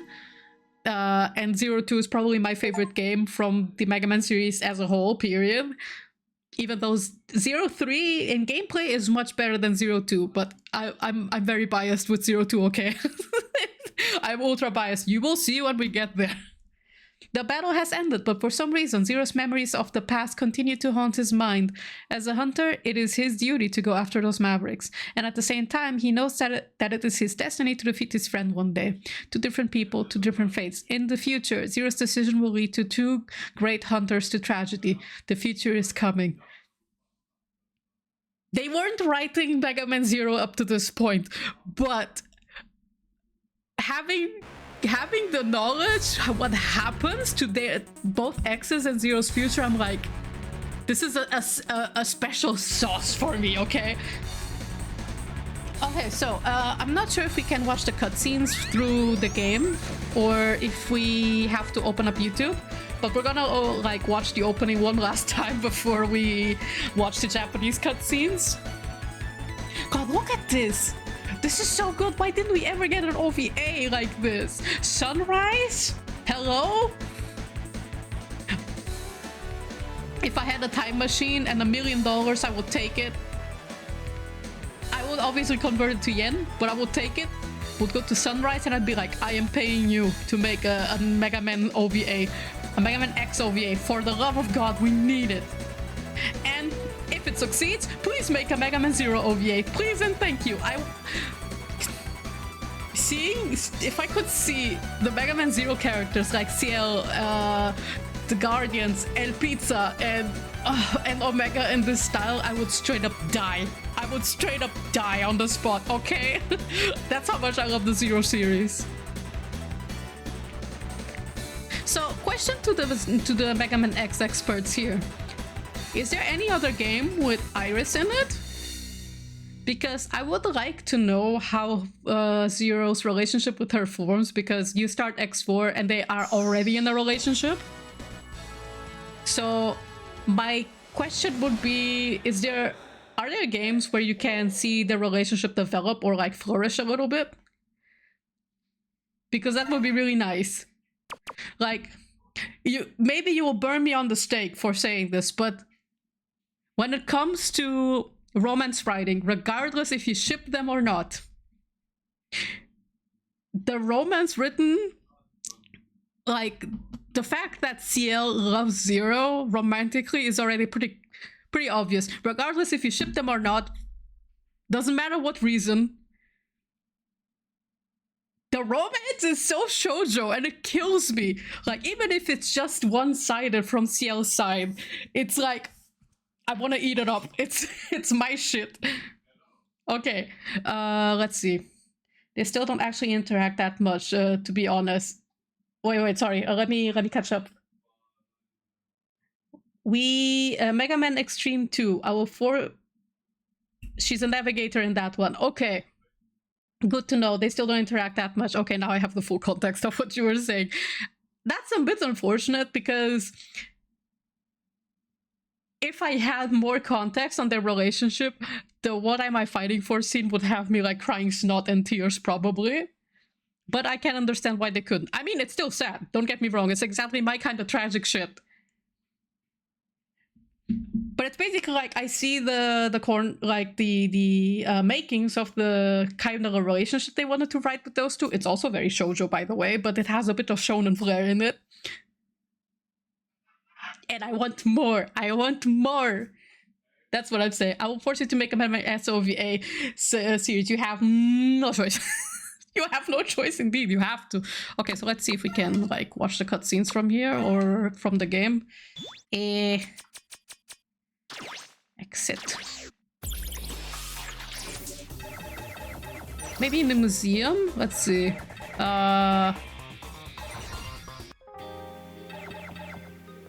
No, we only have the concept art. God, just seeing all this. The art is so good.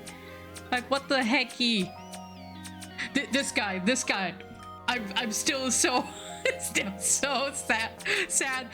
You gave me like the most moe robot ever made.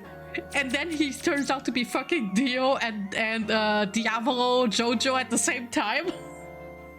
And he says the funniest attack name ever made in English. Just evil slash. And you expect me to take him seriously? He's evil slash is probably one of my favorite sound bites in the game. Along with from Dan Hibiki. Oh, these are concept art from look at him. He looks like he came straight out of Doraemon. Look at how moe he is. I'm so mad. I'm so sad. I wish he could have been a mainstay, but welp. They got me.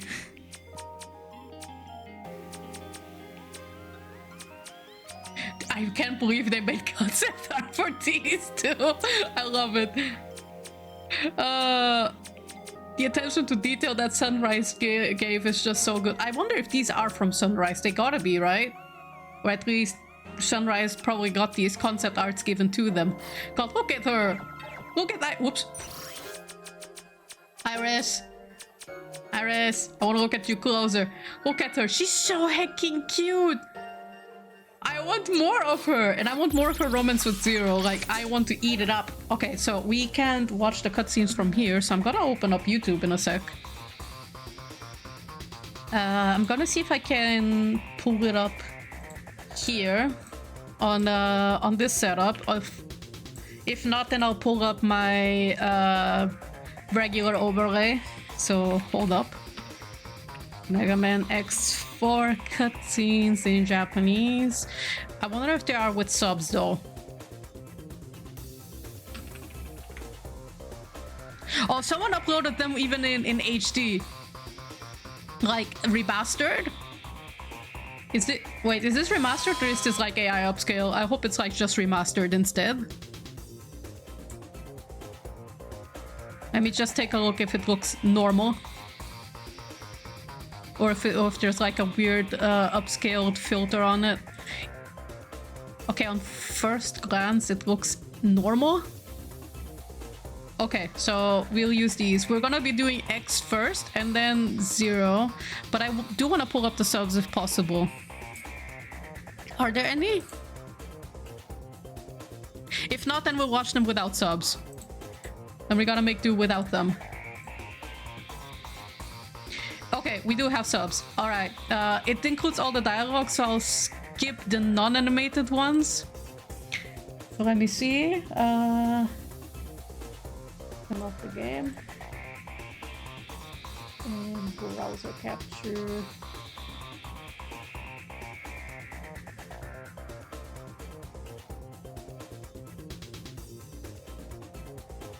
Not sure if I have this zoomed in as needed.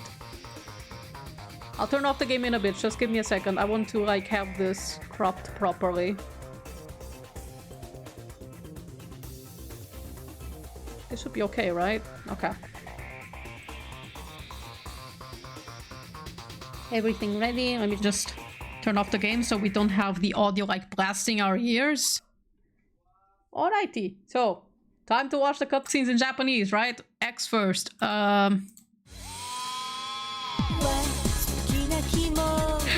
So sharp as thorns? Yo. Okay. backgrounds are pretty small, but だんだんと花びらを咲かせるバラのようでも this is good. 本当は心に震えてる愛が怖い壊れそうで壊れそう抱きしめてくれるよりもっと分かってほしい優しさをくれるより寂しさを超えてゆく力欲しい負けない愛だってこの胸に必ずあるはずよ Yo. 確かな愛だって求めればいつかは見えるから今となって行こうと今運命に逆らう強さを信じさせて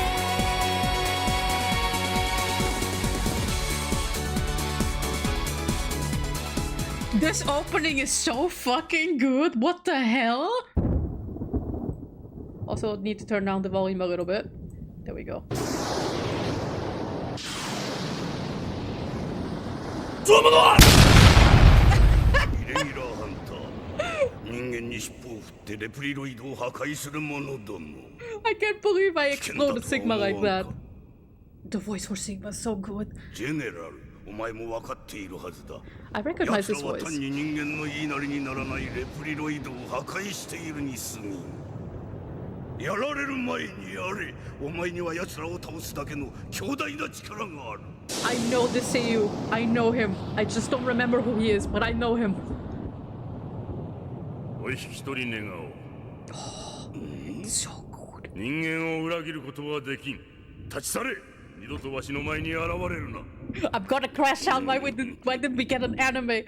まあいいそのうち気も変わるさ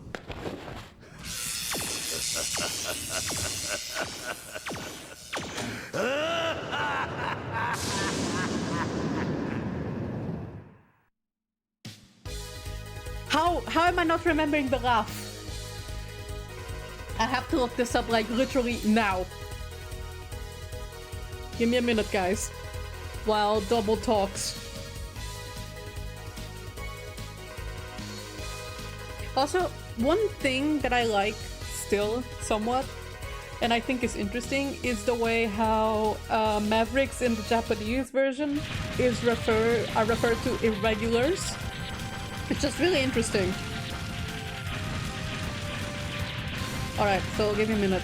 Behind the voice actors. Megaman X4.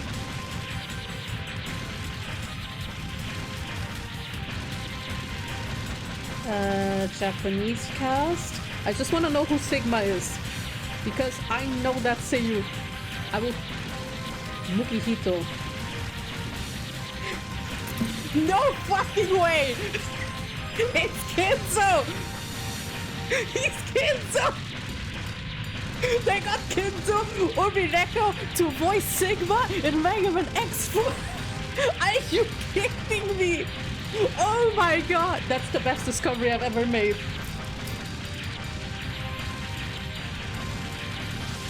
He's also... yeah, he's in a Yakuza game. He's Tokugawa from Baki. He is also Jack Nelson from Eminence of Shadow. Thank you for the drip, by the way. It all comes back to Mineko. It really does. I'm already crashing out now. How did we not get an OVA for X4 with this all-star cast? You gotta be kidding me. Okay, so I did say we would skip the non-cutscenes, so let me like go forward.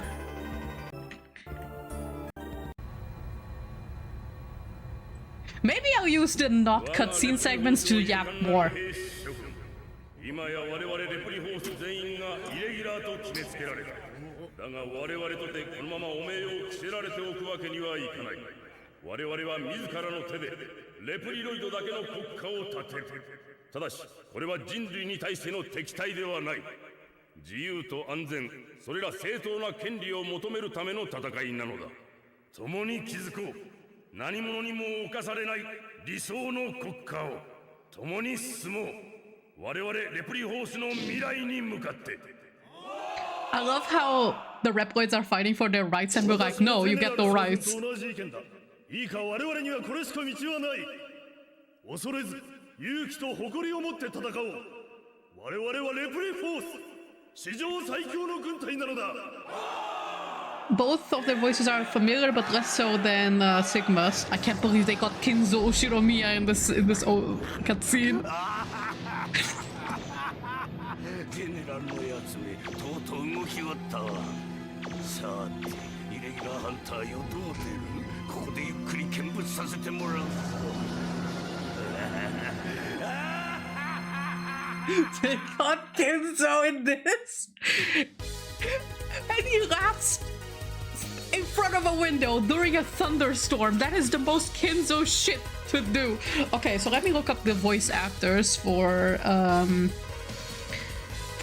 General and the Kono.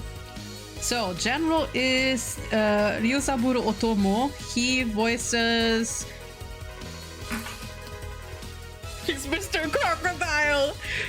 He's Mr. Crocodile from One Piece. You are kidding me. And he's Dabura from Dragon Ball 2. He's also Captain Buccaneer from Fullmetal Alchemist and Shenron. I'm so glad I didn't start playing the game in Japanese because I would have crashed out seeing this all-star cast and realizing we never got an OVA with this cast. Okay, so, Kono, Jin Yamanoi, who is he? Rolento. Rolento is from Streets, isn't he? Like Street Fighter? Let's see. He's Luther and Detroit Become Human, okay. One of the Archie Megaman comics gave us a peek into the X series, and at one point Dr. Kane describes the word maverick as a buzzword referring to Reploids exhibiting irregular behavior. Ah, I see. Okay, that's an interesting tidbit. I actually like when side media like that adds a little bit more flavor to the games, because I feel like at that point, side content like that is especially more useful and more interesting for fans when it adds something new that you don't know about, you know, or adds a little bit more flavor text. So you get to see regular hunters in Dragon Stage description. That's how I originally found out. Oh, okay, that's nice. General Shenron and Whitebeard, right? It's crazy. How did they get an all-star cast like this and not make an OVA? I feel so robbed. I feel robbed. Rolento from Streets. And I love saying it like that. Technically Final Fight, but yes. Oh yeah, right. Rolento isn't from Street Fighter. He's from Final Fight. But yeah, he's in Street Fighter 4, I think. Pretty interesting considering Final Fight was going to be Street Fighter 2, but it became its own thing in development, then we got the legend. Interesting, right? Like, imagine... I could imagine that they first concepted Zangief's moveset to be Hagar's, because in every other game where Hagar is a playable fighting character, he's a grappler, right? So I can imagine that Zangief was first concepted as to be in place of Hagar, you know? I wonder who was the Cody stand-in though. And the Guy stand-in, well, we never got a stand-in for Guy in Streets 2, unless you count Chun-Li, I guess, and all. But okay, so who else do we have in this voice cast? Because all the characters here are voiced too. I've already been told that the Stingray, what's his name? That the Jet Stingray is voiced by the same voice actor who voices Dan Hibiki. So I want to see who else he also voices.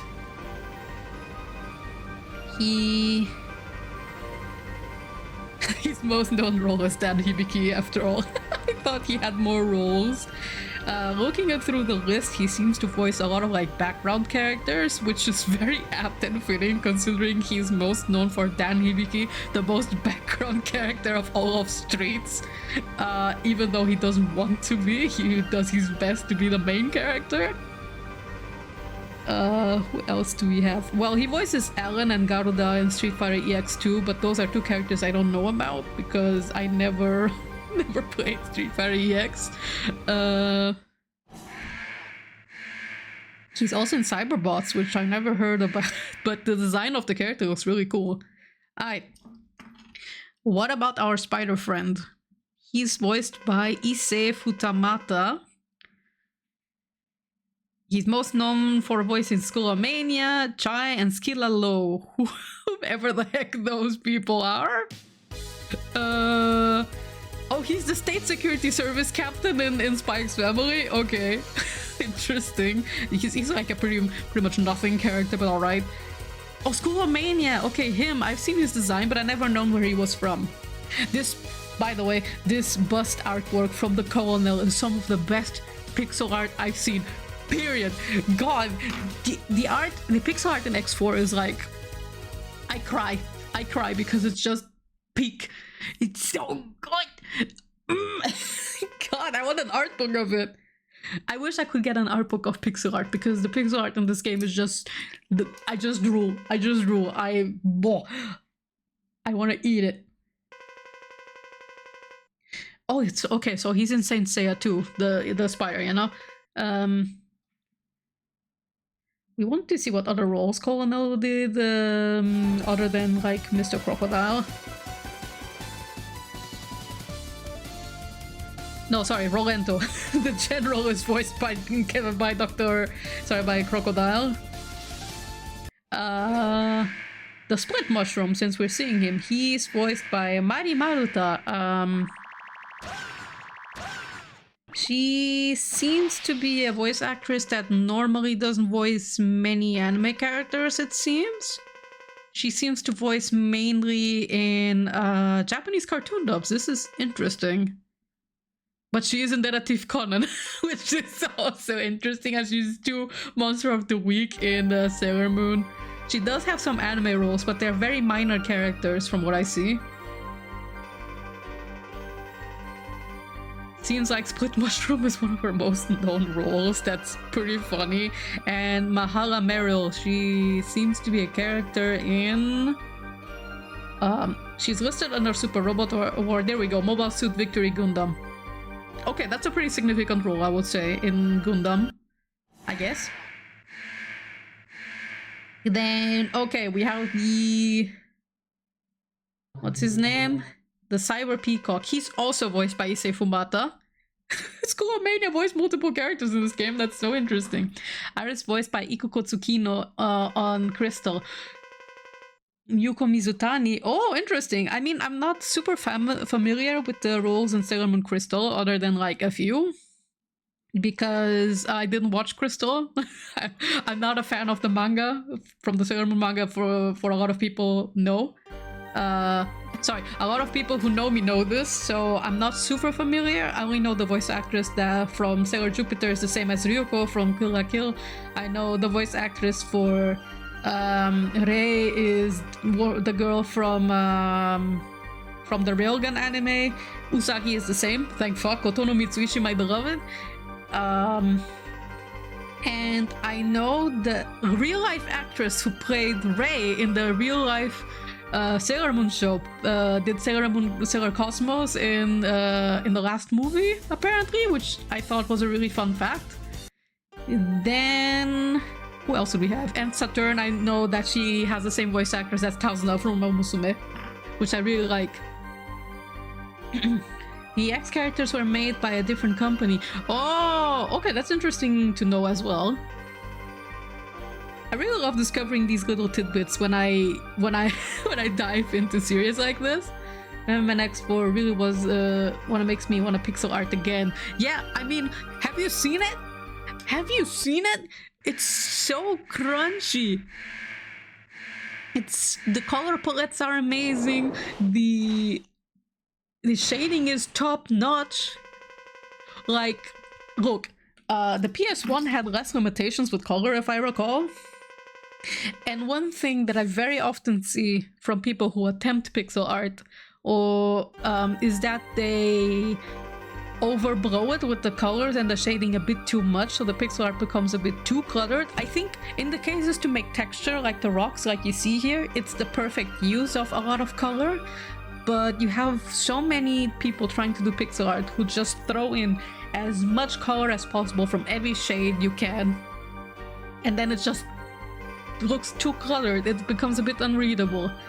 And I feel like X4 utilizes the amount that they are given through a PS1 game perfectly. I will say Xenogears also uses this very well, even if I'm not a huge fan of the game. I mean, the game isn't bad, don't get me wrong. It's just that once you get to disc 2, if you know, you know. If you know, you know.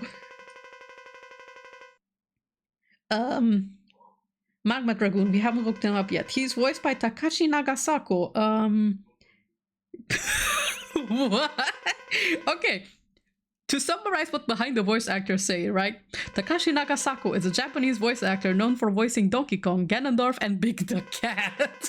Are you meaning to tell me that the Akuma equivalent character in X4 is voiced by Big the fucking Cat? And Donkey Kong? Ganondorf is apt. Ganondorf is an apt, like, usage of his voice, but Donkey Kong and Big the Cat, I didn't even know these three had the same voice actor. That is a discovery that is frying me. Well, and he's also Dodoria, apparently, in Sparking Zero, but was he Dodoria, like, since the beginning of Dragon Ball? Because that would be even funnier.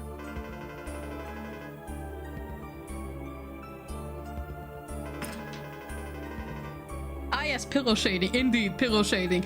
I think, but I'm gonna say, in Be For Real, I prefer pillow shading over overbloomed pixel art. Oh my god. No shade to people who like Octopath Traveler, but I really do not like the art style in that game. I really hate that this is like the norm for like RPG remakes, is to take pixel art and make it so overblown with effects, and you're like, at that point just make full 2D art like Unicorn Overlord does. Unicorn Overlord is like the perfect example of like using effects and 2D sprites, you know? I have yet to see a pixel art game that that works well in a 3D plane on a modern game, on a modern AAA game. Although I think Octopath Traveler isn't AAA, right? I think it's I know nothing about it. I only know it exists, and the first second I looked at it, I was like, I do not like this in art terms. I'm very sorry if you like it. I just personally don't. I'm just like, if you want to use effects like that, you're gonna make the game look even more amazing if you do like hand-drawn, hand-painted 2D art instead, like Unicorn Overlord does it. While with pixel art, you kind of have to hit that balance of just enough effects and just enough stylization for it to not look like you just cut out the paper and stuck it like in a real-life photo. That's how it looks like to me when you overblow a pixel art like that. Because it doesn't look immersed in the world, it just looked like I took a plane and threw it on a four-dimensional world.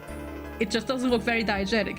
And this is one of the things that I really like in pixel art RPGs a lot, like Disgaea, La Pucelle, Xenogears as well, and many others, is how well they utilize 3D space with pixel art. And I could yap about it forever. I could yap about it forever. I just realized we haven't seen any animated cutscenes in a while, so let's go forward. Oh, we're gonna be seeing Double transform soon. I have to hear how he sounds like. I must hear. Wait. He sounds so cool.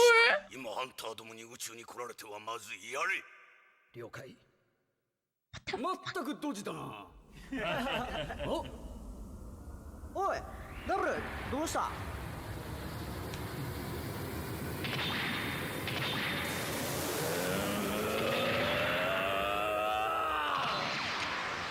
I have to know who voice acts him. Sorry for the seizure.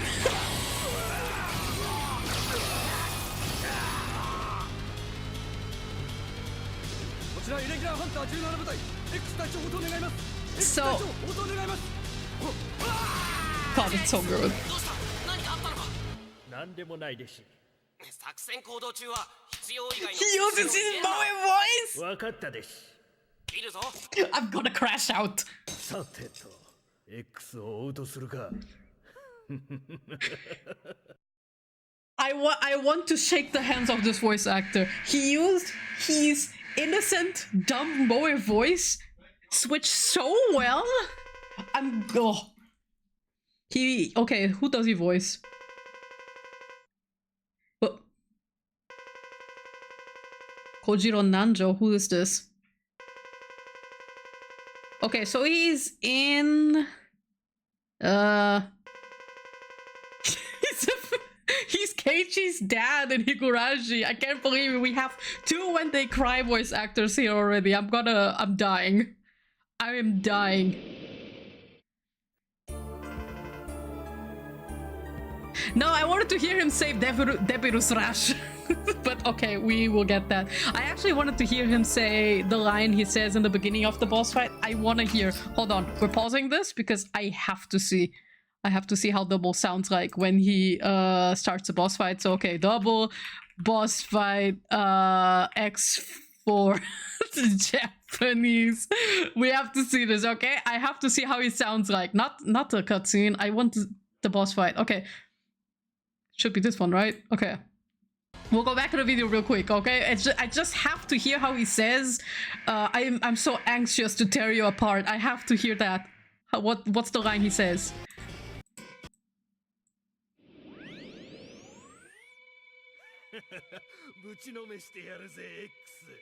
Oh, it's so good!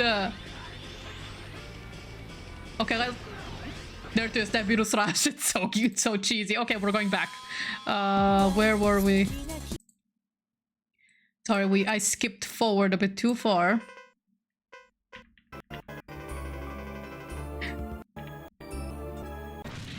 Okay, so double explodes. Amazing voice actor. He gets like 3 lines, and I'm gonna crash out how he adds his lisp to sound dumb and silly. What the fuck, dude? I'm gonna recycle you. Yeah, I love it. Oh my god, I love that song. Yeah, it's a good one. Like, if there's anything that Mega Man X never misses on, it's like on opening themes. Mega Man Zero doesn't either, but Mega Man Zero doesn't get animated openings, sadly. So, but yeah, Mega Man X, when it does get animated openings, yummy. Good music. The Japanese ones, I mean. Although, I do like the Command Mission intro theme in both versions, but oh, they always hit. Okay, talk. I want to hear you. I want to hear you talk.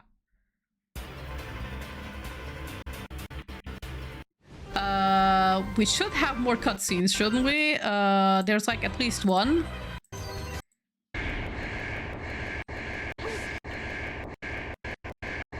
Yes, General, you have no choice. Okay, there we go. Tactical lisp. Yeah, right? It's incredible!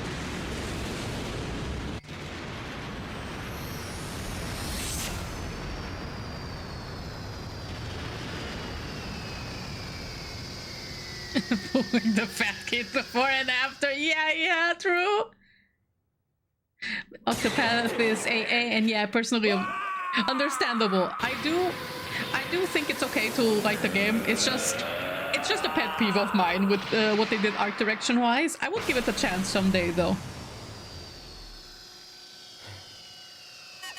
Really interesting. These are the flashbacks we got. Zero?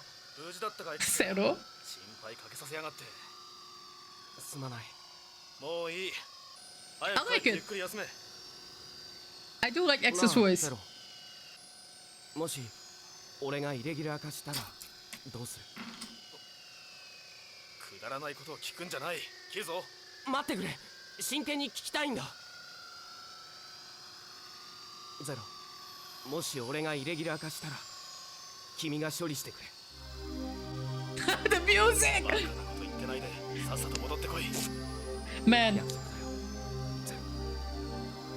Okay, so X is voiced by whom? Kentaro Ito.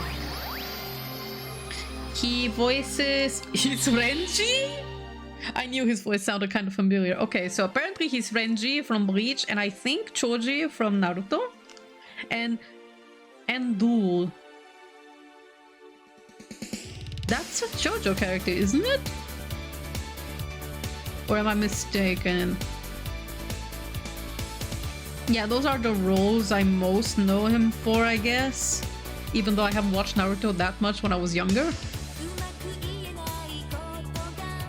But Renji is, I think, a solid like point to remember him from.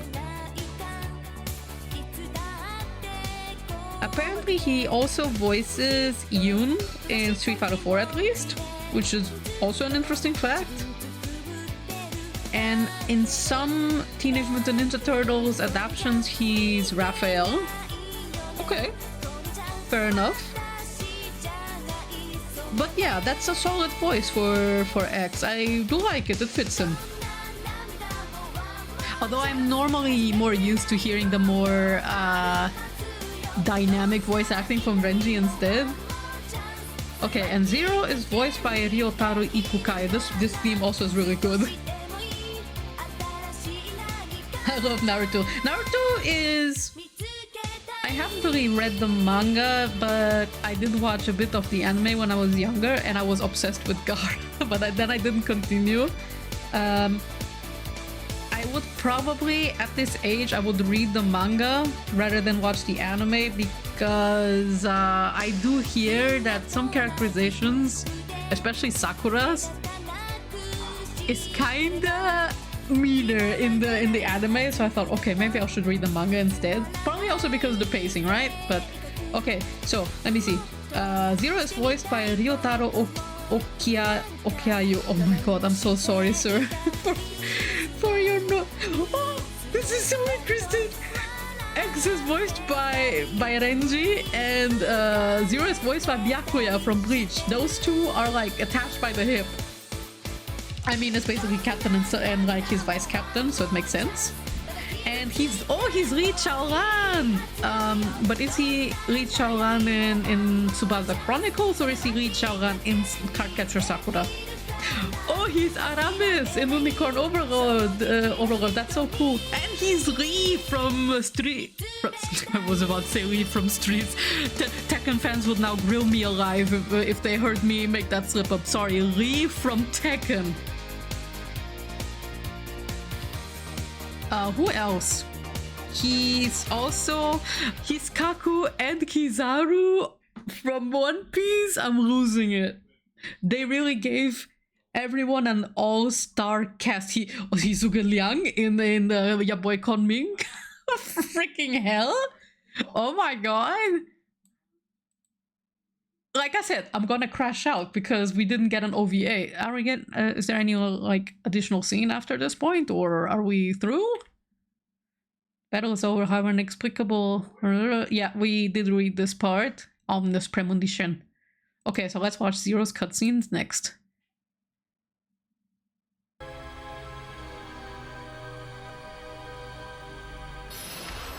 Yeah, he's Konming and Zhuge Liang. I'm losing it. Oh.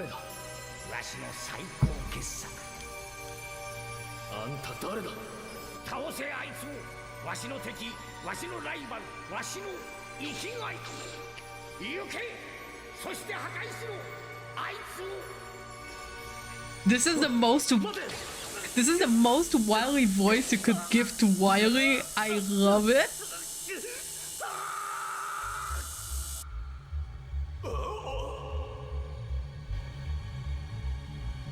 Still can't get over that Sigma's voiced by freaking Kinzo.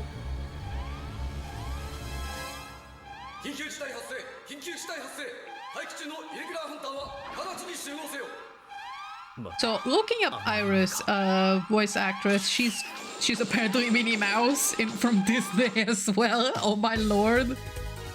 But let me see if she spoke any other roles I'm more familiar with.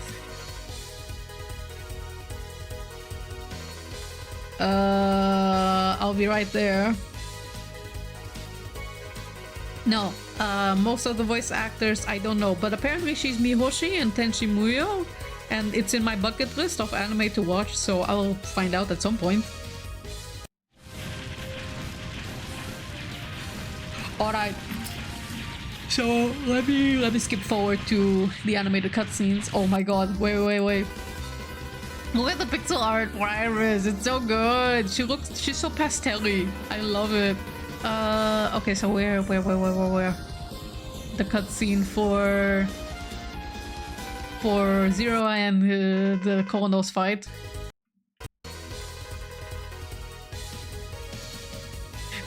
Oh God, the way they've just made really smooth pixel art with Kono, I'm losing it. This is a battle of pride between a soldier and a hunter. This is interesting dialogue choice.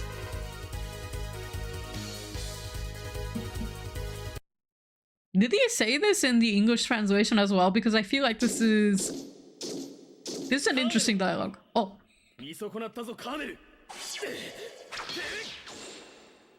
I'm disappointed in you, Con! This cutscene in English is so funny.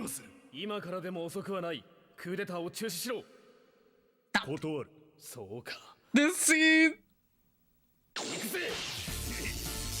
It's so good in Japanese, and in English it's just stop the coup now!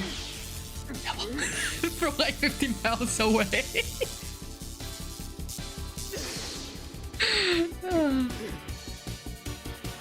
This scene is so good.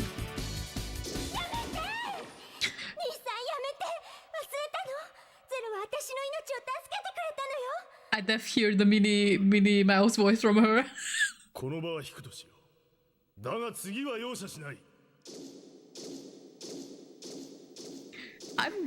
I'm dying. I am dying.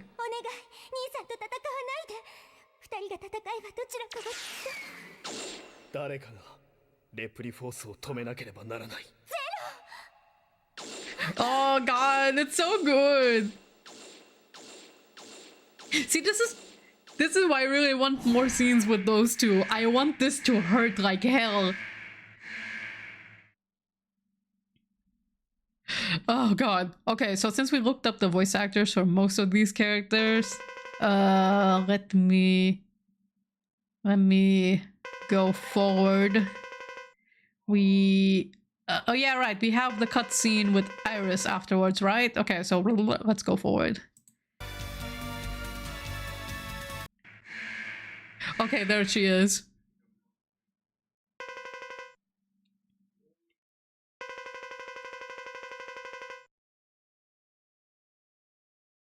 The fact that she says she told him so many times to fight, no, sorry, not to fight her brother, rather than just simply say, I told you not to fight him, makes this a bit better, because it gives the impression that Iris spent like hours like begging, and I like that. I mean, you could infer the same from the English dialogue, but just, you know, that's like flavor text, and I like it. Like a point of argument that they had multiple times.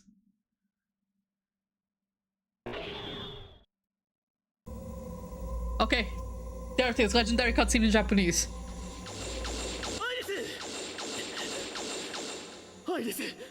Oh man.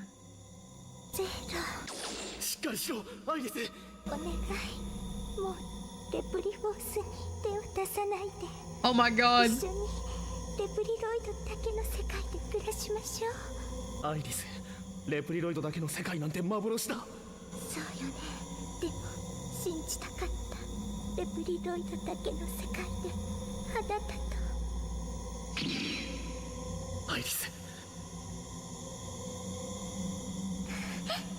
Man.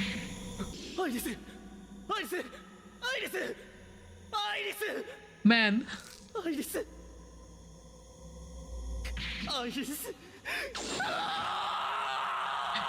Yo.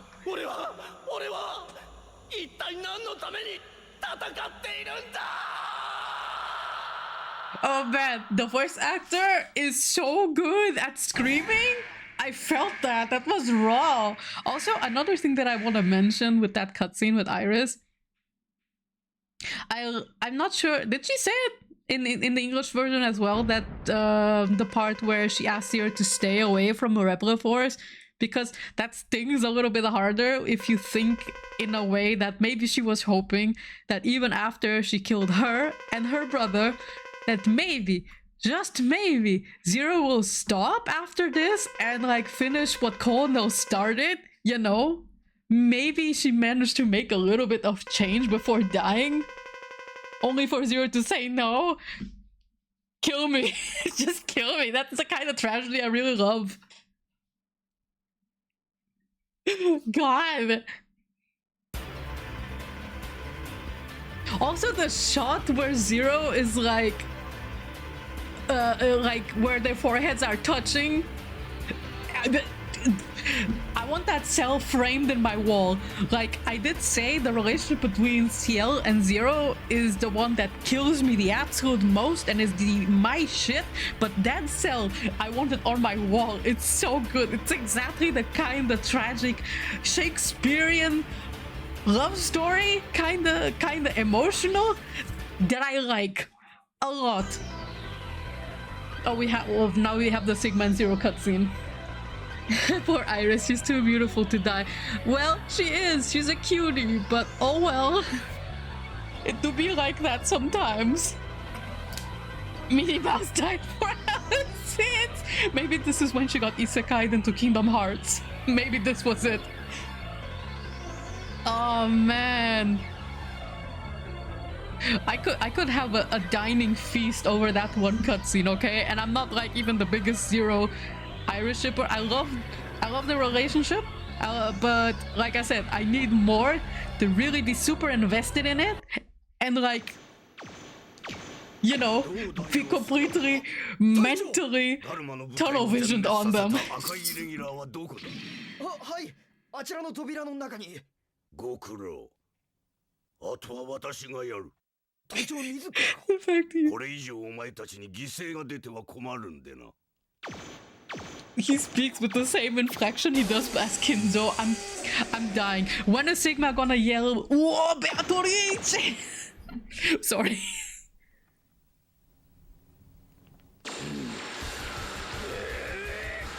Oh.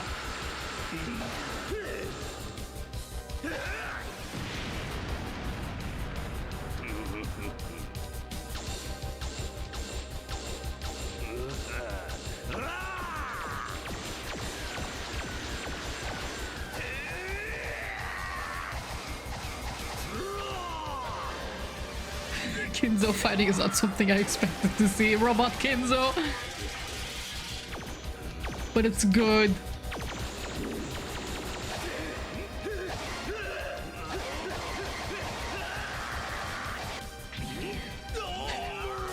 Man, can we have a Mega Man X fighting game with Sigma as a grappler? Or like a new Marvel vs. Capcom fighting game with X, Sigma, and Zero as playable characters like in Infinite, but make it not trash.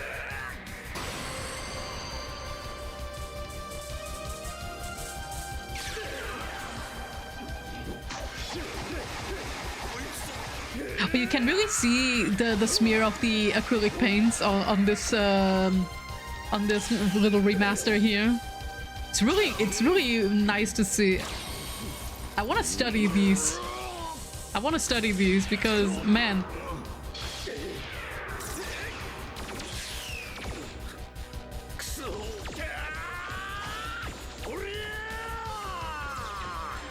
Look at them fucking go. I'm so mad we didn't get an anime.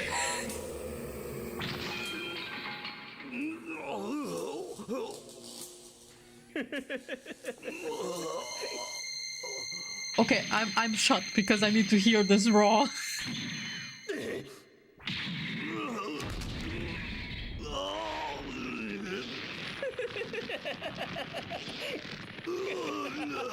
Man.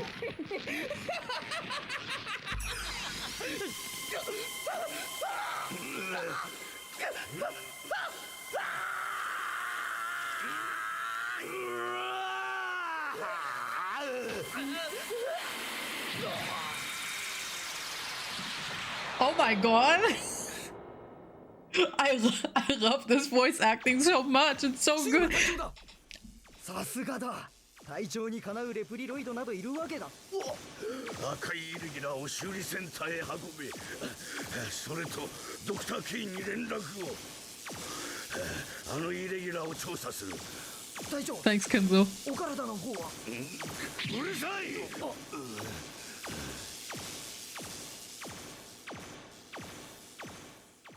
Why didn't we get an OVA? I'm so sad now. I'm so sad.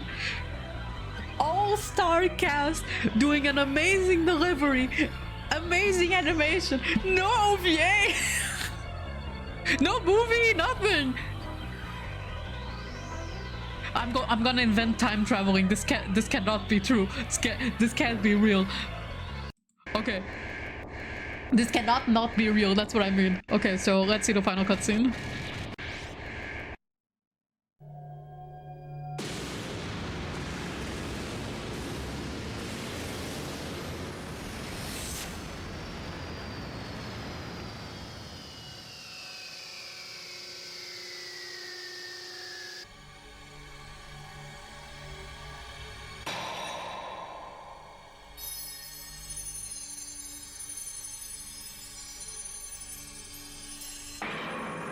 Oh. これが本当の俺なのか、本当の俺ってやつなのか。結局誰も助けられなかった。 Man. アイリス。兄さん、やめて。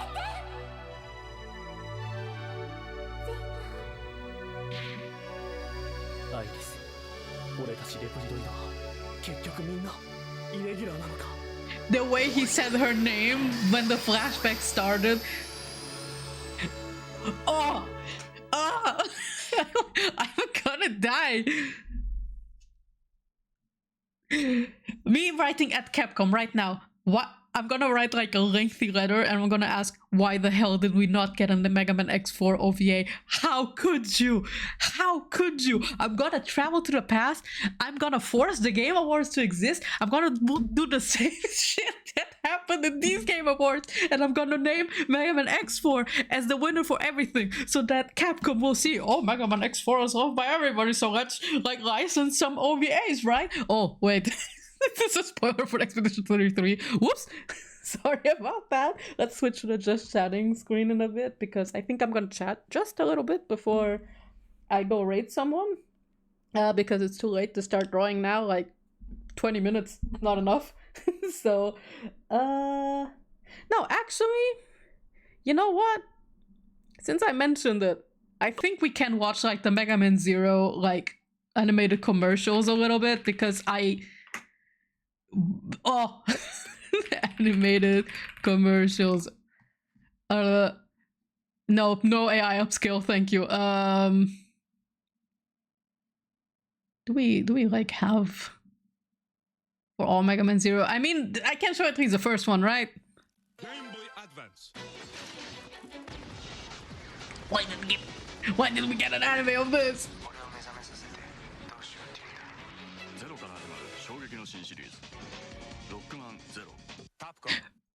I would literally commit heinous crimes, horrible crimes, just to get Mega Man Zero animated. Oh my god. Okay, now I can turn it off, at least for the first one.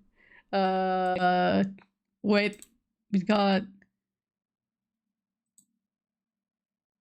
Oh, we got something to watch. Ed just sent me something in the M's. We have to watch this. Lucas Gibertson redubs The Death of Iris. I do not even know who this guy is, but we're gonna watch it for, as a closeout for all this, okay? Wait, but I have to get browser capturing working again. There we go. Okay. Last thing we're gonna look.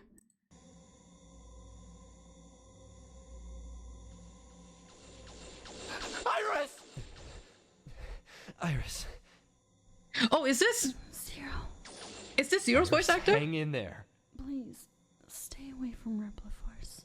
Let's live together in a world where only Reploids Reploids exist. Iris, it's only fantasy. There is no world just for Reploids. I know, but I wanted to believe it. I wanted to live in a world where only Reploids exist. Man. With you. Iris.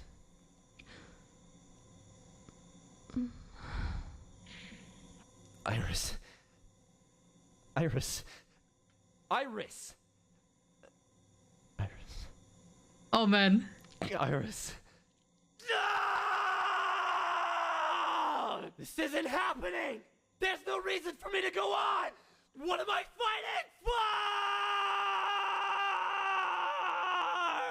Nice delivery, I liked it. I mean, I think I still prefer the Japanese version of this cutscene the most because God, I felt that, okay? But Lucas did an amazing job too. I only wish he sounded a bit more broken, but it's okay. He did this probably for fun, right? And he did still a pretty good job, especially that scream. Great job. So let me turn on shoes so we can swap to the just chatting for a bit.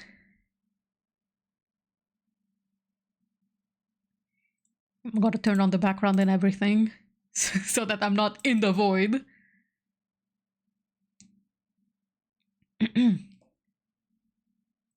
Okie dokie. Okay. Now I can swap. Give me a minute. Okay, desktop audio is also off. We have the BGM playing. The chat is dead again. I tried to fix it last time, but apparently the chat still doesn't quite work on OBS. Probably an OBS issue. I updated it a while ago, so it might be that. But yeah, okay, we finished X4. We finished all of it within this year, so I'll be able to, like, you know, go into 2026 with some new projects. I don't really have all that much in mind, right? So maybe I'll ask everyone what they're interested in watching me play. I mean, obviously I'll pick something that I do feel like actually playing. I'm not just gonna play anything just cause. Maybe some suggestions would be nice. So the next retro game that I was thinking of playing was Castlevania Circle of the Moon. That was what was originally intended in place of X4 for this year. But like I said, I was a bit in a jiffy and I couldn't get I couldn't buy the collection, but maybe on the post-Christmas sale I'll be able to get it. And if for some reason I still can't play Circle of the Moon, then I'll probably be playing Megaman X5. So my intention was to swap, like I did with the Shaman King Master of Spirit games and the Megaman X games. I was thinking of swapping between the Castlevania games and the Mega Man X games, like back and forth until we are through. Not sure if I'm gonna play X7, but just to complete the series I probably will have to. What I really want to play, and I will find a way to play it on stream, okay? For the Retro Tuesday or Thursday.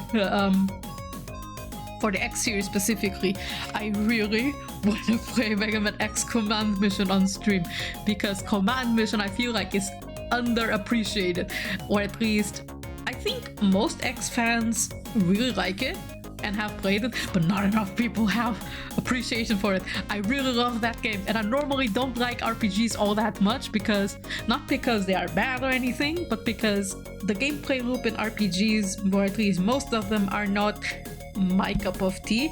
But if they have characters I really like, I will go through any kind of gameplay, okay? So Command Mission has good gameplay, don't get me wrong, it has really good gameplay. But my willingness to go through like hoops in gaming, shoots through the roof if it's characters I really care about. This is how I've played Sailor Moon Another Story multiple times, even though in terms of RPGs it's pretty flawed. Like, if you go in blind, you are gonna get demolished. Absolutely steamrolled because the game doesn't bother to tell you about like simple things like the formation Burn to the ground. mechanic. Burn. Burn to the G, burn to be burn. TRI formation. Burn to the ground, burn, burn. Burn to the ground, burn to the ground. Search free formation. Oh yeah, we're gonna go through that. We're probably gonna have to play X7 literally just for him. I'm gonna have to do it for the bit. I'm gonna have to do it for the stream. If we make it through that far with Megaman X, then we have to play X7. I'm probably gonna suffer, but I'll do it for you guys. I'll do it for Command Mission, because the other thing about Command Mission is I really like the characters from there, and Command Mission has my favorite version of X's design. It's my favorite, bar none. Like, I would kill to have a figure of Mega Man X in his Command Mission outfit. Also, this was my first introduction to Axel. I never even knew about X7 when I played Command Mission. So that was my introduction of Axel, and I was like, he's baby, I love him. And then when I go online as a teenager, I'm like, why does everyone hate Axel? I don't get it. I don't get it. But in Command Mission, this is basically my propaganda for Command Mission, right? It's actually my Axel propaganda in disguise. I'm gonna be like, you guys can't hate this guy. He's baby. How can you hate a baby like him? I'm gonna scrub out the X7 version of Axel out of your brains with Command Mission. That's my mission. Also to be like, I don't understand why Capcom didn't put this game in the collection. I'm like, how can you put like all the X games in there? Maybe except for Extreme, I guess, and Maverick Hunter X. How is it that you put almost every X game, they are Sigma OVA too, and you do not include Command Mission? At least port it! Oh my god, please just port it! Capcom, you are making me lose my mind. You don't even have to remake the game, just port it! Just port it! We have the technology for it, just do it! Just do it! I'm gonna crash out over it. But yeah, okay. This is definitely a project I really want to do. I'm not sure if we're gonna make it to Command Mission next year.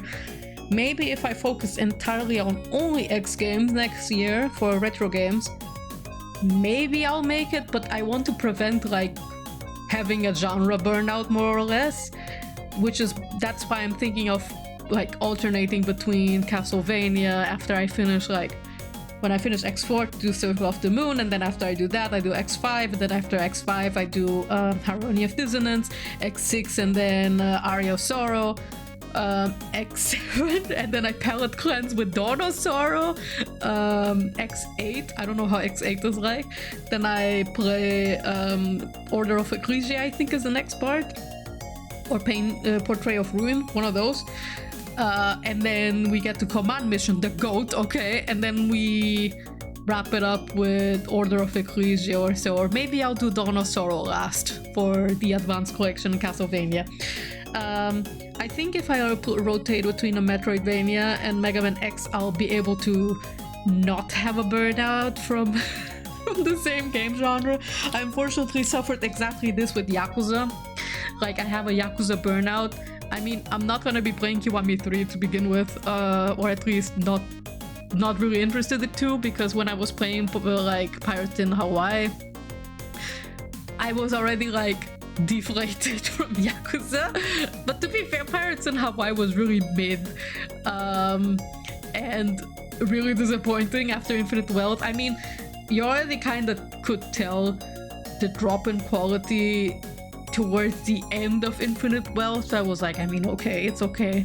They brought out a lot of games at once, right? So maybe they just didn't have the time to polish Infinite Wealth. I mean, the gameplay is top-notch, probably the best in terms of the RPG format in Yakuza. But the story falls apart towards the end, is my thought.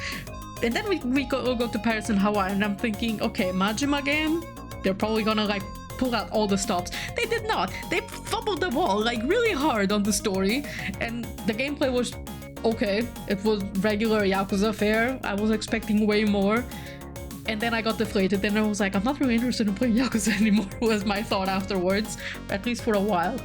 And I don't want the same thing to happen with Mega Man X. because until the point I was playing Infinite Wealth, I was playing Yakuza like every year, because when I started dating my boyfriend, we played Yakuza 7 to competition. Then I started the entire series, and I was playing them almost back to back, including Judgment and Lost Judgment, and then Ishin and everything. Judgment and Lost Judgment basically came close after I finished Yakuza 6, right? So for the 5 years, I kind of never had a break from Yakuza proper, like in between properly. So I thought, I don't want the same to happen to X. X and Zero deserve better than that. So I thought, let's alternate.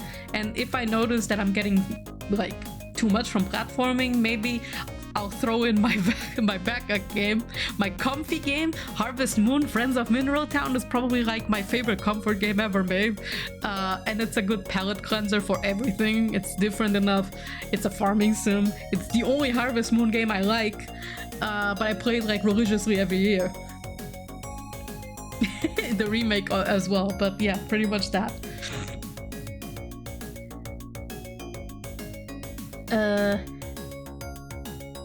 Axel definitely gave me a vibe the first time I saw him, but I warmed up to him, and now I wish he got a better debut game. Yeah, same! I agree. I wish he got a better game. I mean, I haven't seen him in X7 yet. I'm scared. I only know him from Reputation and maybe some of the videos I've seen on X7 many years ago. But I'm like, I'm scared. Me with Megaman and Bass in the classic one. Yeah, Megaman and Bass in the classic one, I also wonder why they didn't port that. Like, I played the Megaman and Bass version of the GBA back then when I was younger, and I liked it. It was fun. I think the PlayStation one is the definitive edition though, isn't it? If I recall. Which, speaking of, I was wondering if I should do the classic Mega Man games at some point on stream, because I have a confession to make. I never finished any of the classic Mega Man games. I only played Mega Man 1, 2, and 3. The Wily Robot Wars edition from the Mega Genesis was the version that I played back then, and I didn't know that they were originally NES games. So I never got the authentic classic Mega Man experience, like, ever. The Mega Man game I played the most, the classic one, was Mega Man and Bass, even though I never finished it because I was bad. And the Mega Man... Which one is the one from the SNES? The one that first introduces Bass? Is it 6 or 7? It's 7, isn't it? Yeah, 7. Okay, so... That's the only Mega Man game I played at length, actually. And probably the only one I played with my older brother to competition. He finished it, but I would try what I could. So yeah, that's why I was thinking of playing the Mega Man series at some point, like the classic ones on stream. Battle Network I played more than classic Mega Man and X games back then. So I'm wondering if I should also do that on stream, but those are pretty long projects. So I'll think about it. Maybe if I did, after I did Mega Man X and Zero and CX Advent, I'll be like, okay, Battle Network next, right? Because they're pretty long from what I hear, right? Actually, SNES. Oh, okay. Good to know this from the Mega Man and Bass gaming. 6. Oh my god. Yeah, so Star Force I've never touched in my life though. That's probably the one Mega Man franchise I've never had anything to do with, like, ever. Trying to think of others, so Mega Man ZX Advent is the game that I played religiously the most, alongside Mega Man 0, 1, and 2. But I'm forgetting a series, aren't I? Mega Man Legends! How could I? Mega Man Legends is good. I played that project together with friends. I mean, I was mostly watching and only like touching the controller when it was my turn. So I am thinking of playing that on stream sometime so that I have a proper like grasp on Mega Man Legend as a game itself rather than just the story. Because Mega Man Legends is also chef's kiss, okay? It's mwah. It's also one of those where I'm like, Capcom. After I finished Mega Man Legends 2 with the friends and my boyfriend, I was like, I cannot forgive them for canceling Mega Man Legends 3. That is a crime. How could they? How could they do that? I was there when it happened. I was there back then, back in the day, when Mega Man Legends 3 was cancelled, because Mega Man ZX3 was also planned, and I was hoping. I supported Mega Man Legends 3, okay? Even if I never had even touched Mega Man Legends back in the day, I supported the project anyway, because I thought if Mega Man Legends 3 succeeds, surely they'll make a ZX3, right?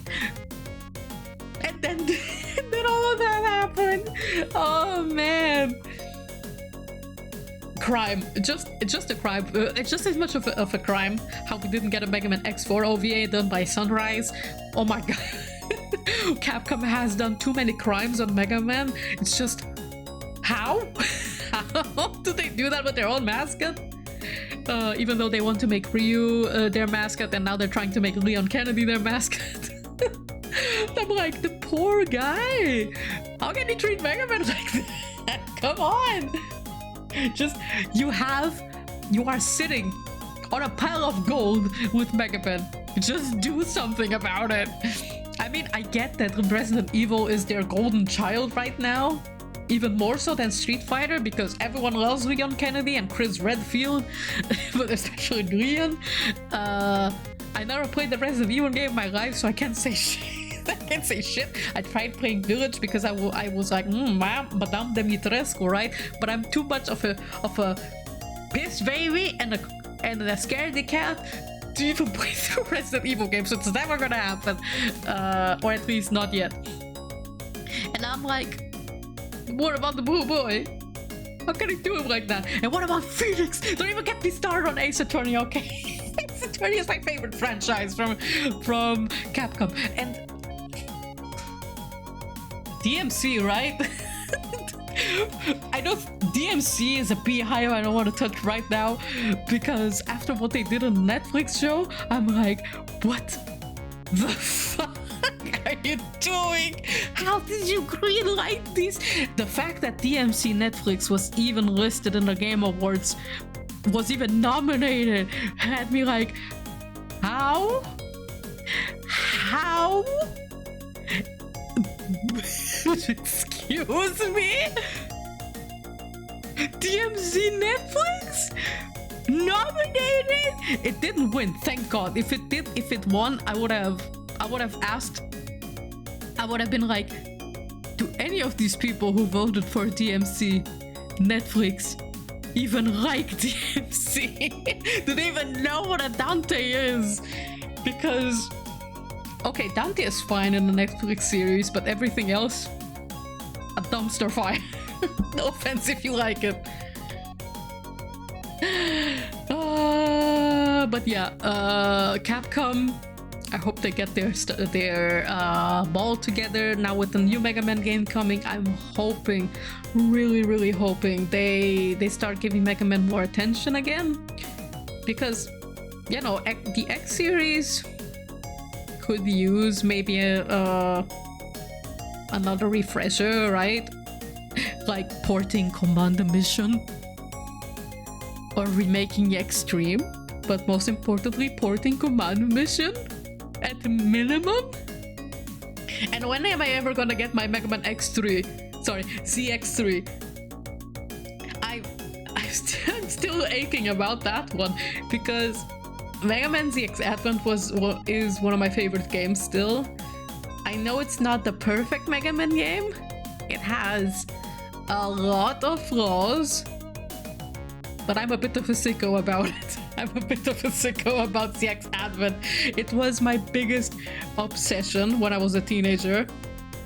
I was very obsessed with both protagonists, and I just really liked the vibes from it. I replayed ZX Advent more than any other game. Thank you for this. For some reason it didn't appear for me. But yeah.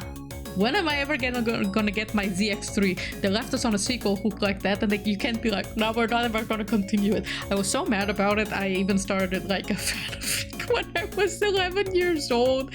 I lost the chapters that I did finish writing. I lost my notes. I lost the art for it.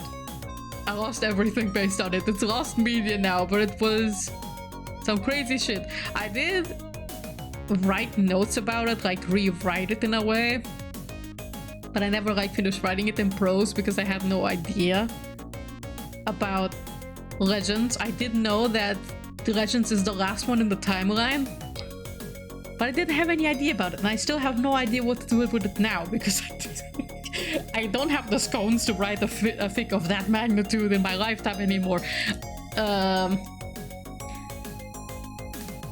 Also, my tastes in Megaman series, previously ZX Advent was my favorite, but now it's very squirrely.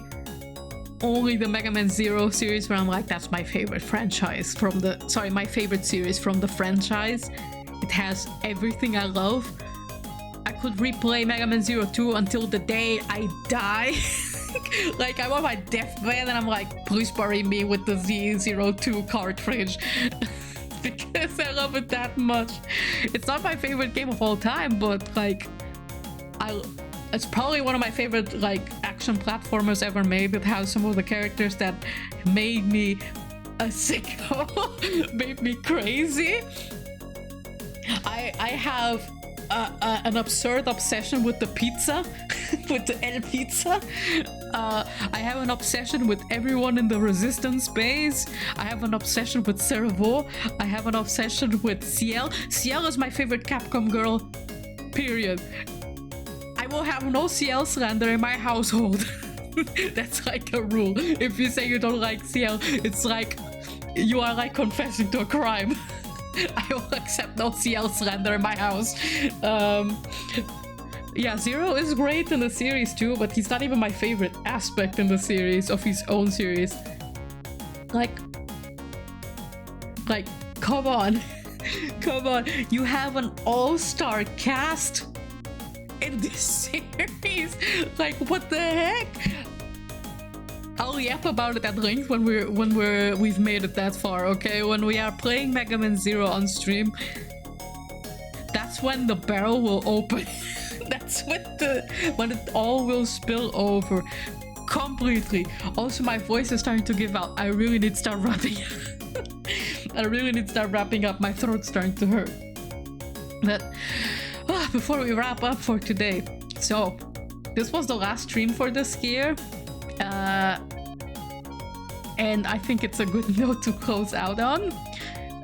For next year, so I will be on the Christmas holidays, right? So obviously no stream there.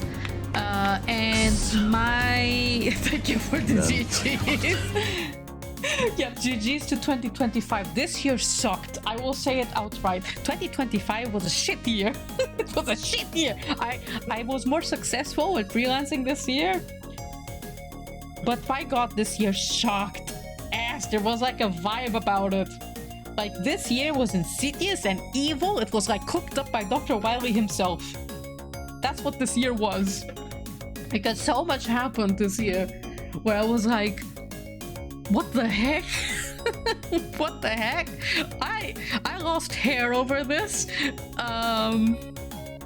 So I'm hoping 2026 is a better year. I think for streaming it was pretty alright. I played Kazan and I finished it. I cussed a lot at it, but I finished it. Oops, sorry. I started learning how to make 3D models in Vroid. Fighting game wise, we didn't really do anything this year, did we? I just didn't really feel like playing anything. Like, City of the Wolves did not actually do the Neuron activation I hoped it would. And I wasn't really feeling playing DBSC because this year left me so stressed already. I was like, I don't have the mental fortitude to turn on DBSC.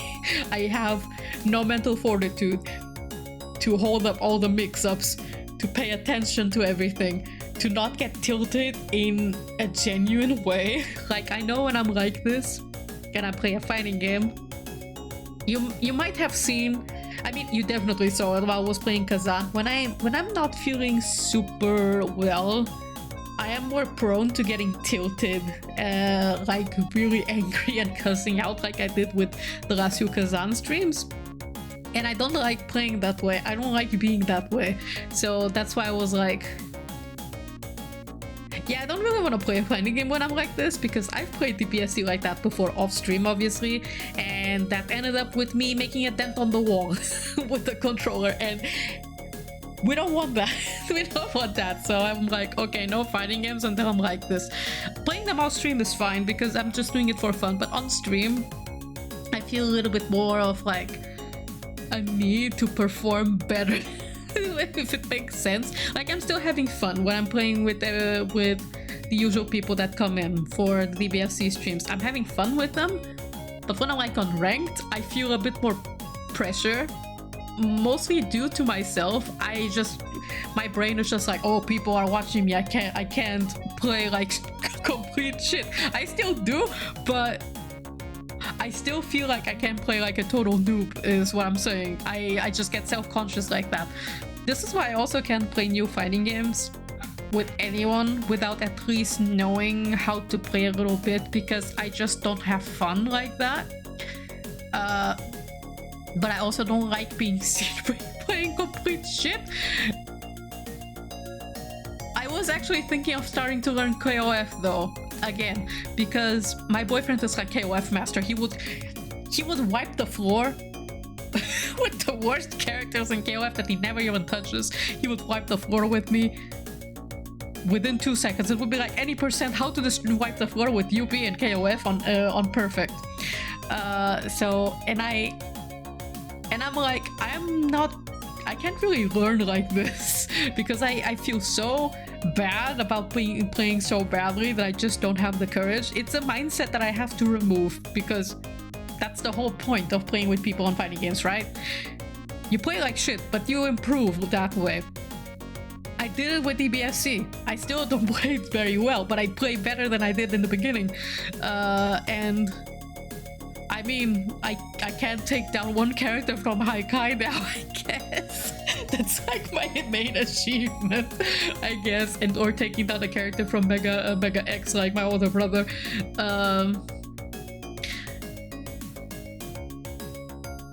And yeah, but maybe I'll try to learn KOF, and if I do find I'm having fun with it, maybe we'll have a fighting game to play on stream. I can't pull up Samsho because the netcode in Samsho is just so poor. It's so poor. We can't play it on stream. There's no way it would run well. So hopefully next year there will be some more fighting game stuff going on my end, but I don't guarantee it. But yeah, for retro games, I think we're pretty well planned for what we got. So like I said, even if I can't get Castlevania like I intended, we can just keep playing the Megaman X games. I have both legacy collections. The one thing I don't know where to put is, normally the Thursday slots aren't for retro games. They're actually intended for flavor game of the year or month. It was Kazan this year, and sometimes Uma Musume or fighting games last year, but next year I have to think. I have to think about it. I'll have to search up something that I want to play, otherwise maybe it'll be more retro games. Maybe I'll just play retro games forever, right? we can't do that, but we'll see. For art, I think it'll stay the same. The art streams are basically my wind down streams, and I want to keep them, even if I don't even care if I don't get a lot of viewers or not. I'm just chilling, and I need the chill streams sometimes. So that's pretty much it on that side. So yeah, so for when I'm streaming, right? So this year, no more. I'm on a Christmas vacation. You will still see me in the server and on social media. Like, I'll still like right there and everything. So you can still like find me, hit me up or anything. Maybe now that I have like no streaming time, maybe I'll pop into voice chat once in a while. We'll see. However, okay, so you would think I would be back by January in the beginning, but we moved mine and my boyfriend's Japan trip, which was supposed to happen in November, and we had to move because we got sick. Is gonna happen in January instead. So I'm gonna be gone from the 5th of January until the 18th. So the earliest date I can name for a stream is probably the 20th of January. Or the 27th. It depends if I come back with a flu or not. Which, given that I'll be boarding an airplane twice, basically, from going and coming back. Airports are basically the biggest hotbed for getting a flu. So while I'll be masking and doing a lot of like disinfecting and distancing, I still can't guarantee it, right? So I could get sick after the vacation. Hopefully after, not before. This time I'll fly sick. I don't care. I don't care. I will fly with a sinus headache if I have to, but hopefully not before. So yeah, I will estimate like the first stream next year might even be in February. Maybe I'll take the extra time, like for the rest of January, to maybe do some more, because I have some designs and models in plan. Actually, a lot of things that I'm planning for next year are hopefully when I'm more financially stable and have a part-time job possibly. I wanted to invest in the streams. I wanted to invest in I wanted to make alerts or invest in alerts. I wanted to invest in music. Like the music that I have right now is bought from a musician, but it's not custom made. And when I upload VODs, I have to copyright.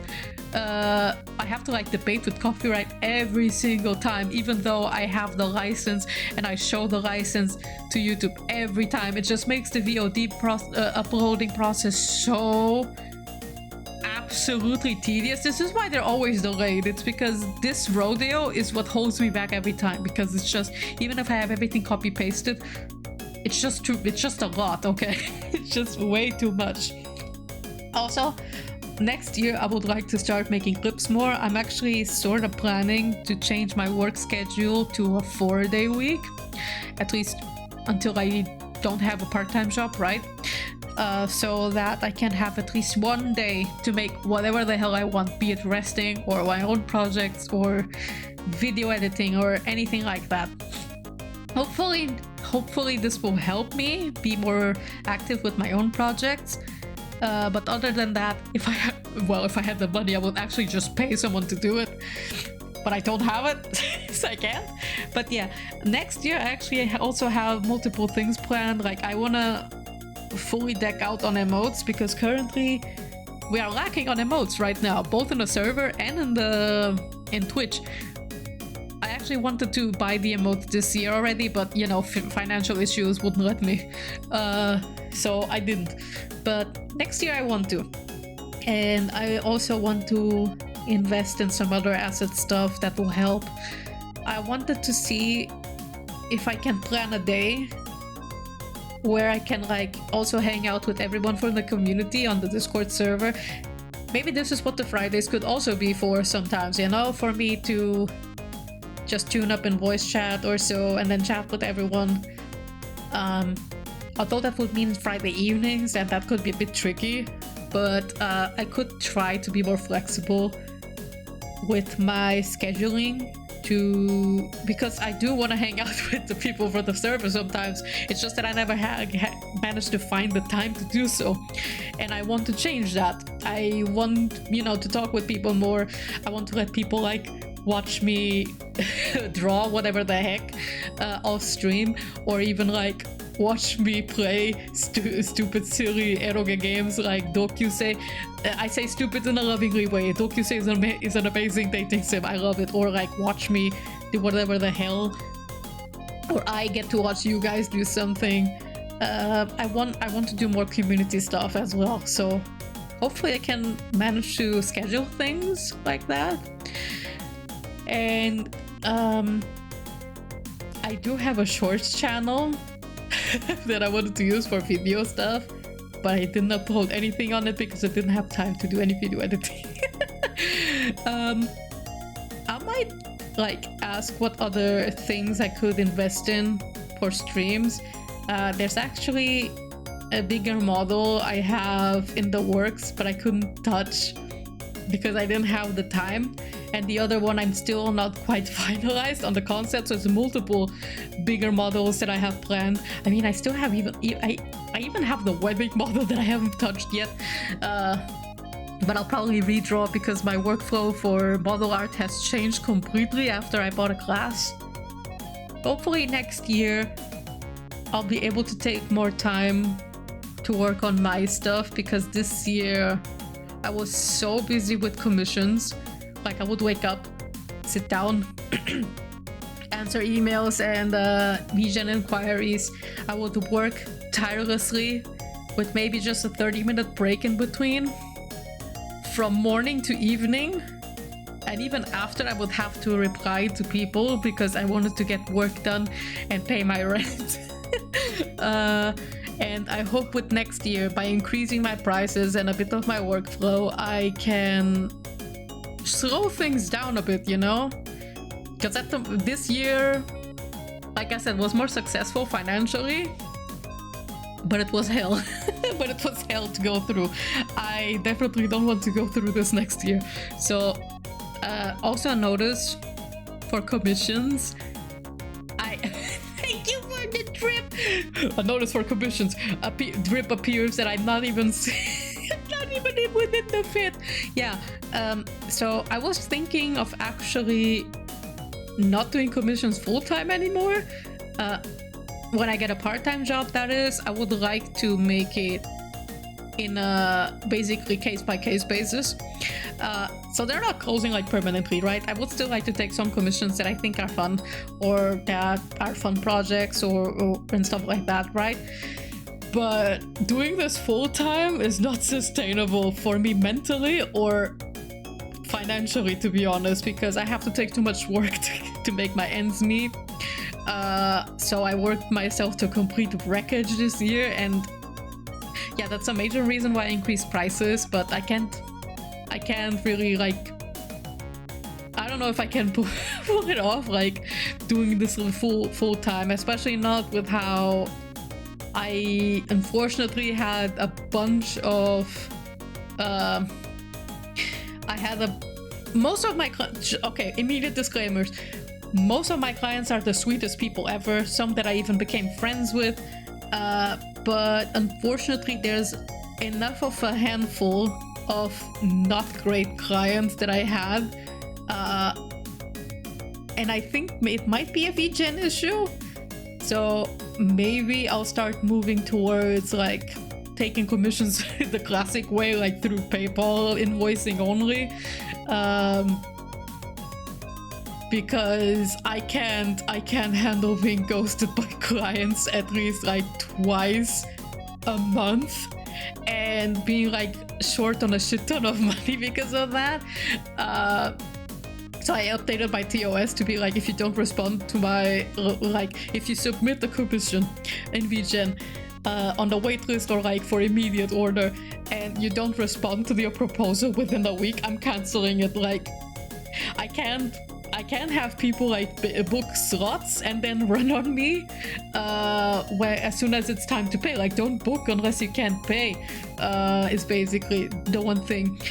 Which, like, okay, with a deadline it will be manageable, but the other part is like when clients like have started the commission with me and then ghost me before they pay the second half, which most of them do pay after I remind them, but some of them have taken like me haggling them for a month, and I'm like, you know, you can't do this to your artists, you know, don't be like that. I understand people are busy, and I don't mind if people like wanna be like, okay, I wanna pay you later because something came up. Totally fine, no big deal. Just tell me, nothing. I literally have no problem with that. But if you tell me nothing and just ghost me instead, it's like, why you do that? That's mean. Don't do that. That's rude. That's rude. And I don't have the mental fortitude to deal with that as often as I have this year, because legit every single month at least twice this happened, at least. And I'm like, I think this is a VGen problem. I think if I start moving towards emails, I think this will be significantly mitigated, and you know, I'll actually be able to work on commissions normally. But like I said, normally I get the sweetest clients in the world. When they like have to take longer to pay or to contact me or anything, and they just tell me, perfect, amazing. I recommend others to work with them as well because they're communicative, they're sweet, and everything. It's just a handful of bad eggs, you know. And you gotta draw the line in the sand at some point as an artist, you know. So that's why I'm thinking of making some changes commission wise at the beginning of next year. I already started like tweaking prices, and I spent today rewriting my TOS at some points. So I'm pretty much set to go next year. So that's the PSA with commissions, more or less. Even though it's kind of irrelevant for the watchers here, because basically every person who watches me on stream is every single sweet client that I mentioned, who is the best that I ever had in my life, who I really love, worked with. The handful of bad eggs don't never appear on stream, actually. But otherwise, conventions, right? The PSA for conventions before I wrap up stream, right? Conventions are actually staying exactly as they are. I love doing conventions. It's a lot of work, yes, but I love doing the work, except with my sticker cutting machine. That thing can go to hell. It can go to hell. It's hell working with it, but I do it because it's worth it in the end. I might reduce the amount of cons I go to after having a better idea which ones are worth it and which ones aren't. But in my website now I have updated every convention I applied to, that I plan to apply, and the ones that I've been confirmed into. That's staying. Like, I do want to make this my full-time thing, actually. I enjoy making merch. I enjoy meeting people. I even got to meet some of our mods this year, and some of my viewers. Some people I got to network with, and then we basically became contacts on stream and all, and friends. I love making new connections. I love seeing people be happy with the merch that they buy or even see. They don't even have to buy the merch. They're like, just seeing it and being happy about it makes my day. And sure, sometimes I get really weird clients, but it's like, it happens so little. It's not as much of a problem, if at all. Like 99% of people who like come by my booth, regardless if they buy or not, are such incredibly fun and sweet people, and I just want to keep doing it. I like it. I like everything about the process of convention tabling. My goal would be eventually to start tabling at international cons. Like, one of my bigger dreams was to table in EVO. Maybe not EVO Las Vegas at the moment, because I'm not sure how I legally would be able to sell at an EVO in America with the current state of things. But EVO France could be possible. Could be possible. Who knows? Fighting game events tabling is actually gonna happen more frequently next year, I think. I mean, immediately with January, I'm starting with Fighters Fest 3 in Munich. I'm definitely planning to table again at Hessen Crash. I'm gonna see if I can table at Crossover this year. Not sure if I can guarantee it, but that's definitely planned. EVO France, I can't guarantee because my boyfriend and I want to move our house. Sorry, move to a different apartment next year. We want to move to a bigger place. Hopefully I'll also be able to stay up later, to stream later, or to stay up and like up to talk with people in the Discord server. As well as, so something that I've always been wanting to try at some point, but I wouldn't even dare do this in this apartment because I think all the neighbors already hate me for the streams because I have a loud booming voice, and even though I try to be quiet, I don't think it's enough because the walls in this apartment are pretty thin. They are not the thinnest I've ever had, but they are pretty thin. And if I were to sing and do karaoke in this apartment, you bet your ass they're gonna call the cops on me. I cannot sing in this apartment. It's impossible. So when we move to a different apartment, I hope I have better conditions to do karaoke streams because I want to try training my voice better so that it doesn't get worn out like this, like right now. I want to try singing as a whole because I think it would be fun, and it would maybe help me get over my stage fright a little bit because I do have a bit of a performance fright, like I said, with fighting games, but especially with singing, like, and I want to try see if I can work on that a bit, especially because I just want to be a nerd and sing songs I like, you know. So hopefully next year when we move places I can start working on that thing. I actually did a voice, like a song cover test where a friend also did a little bit of mixing, and I was embarrassed, but it felt nice, and I kind of want to try doing that.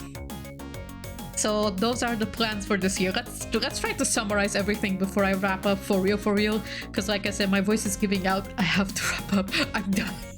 I'm dying. So right, let's summarize first with the streams next year. So plans for the streams next year: retro games are probably gonna stay rotating between Megaman X series and the Castlevania series, with a probably maybe with a wild card with Harvest Moon, or maybe Tokimeki Memorial, which I just thought of now. For the flavor game of the year slot, I don't know, so maybe I'll make it more retro games. Our streams are staying as usual.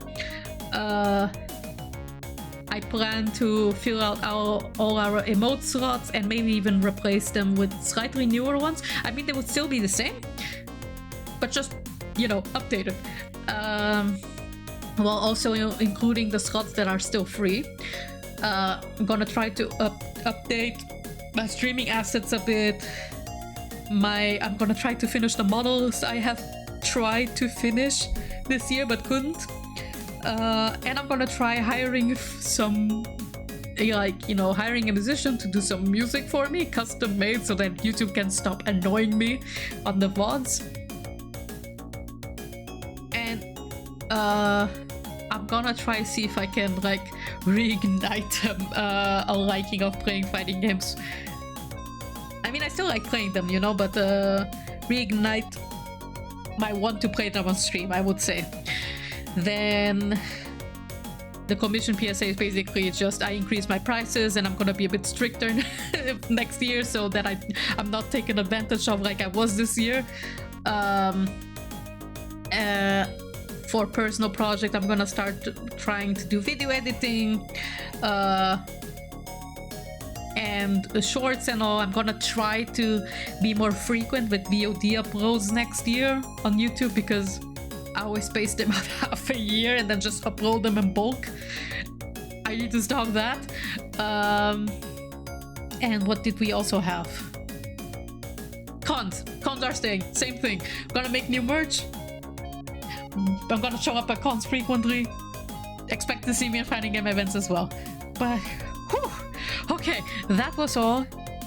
Thank you all for coming today. I hope you had a good time with our last stream for this year. Thank you so much, everybody, for your support and for coming by.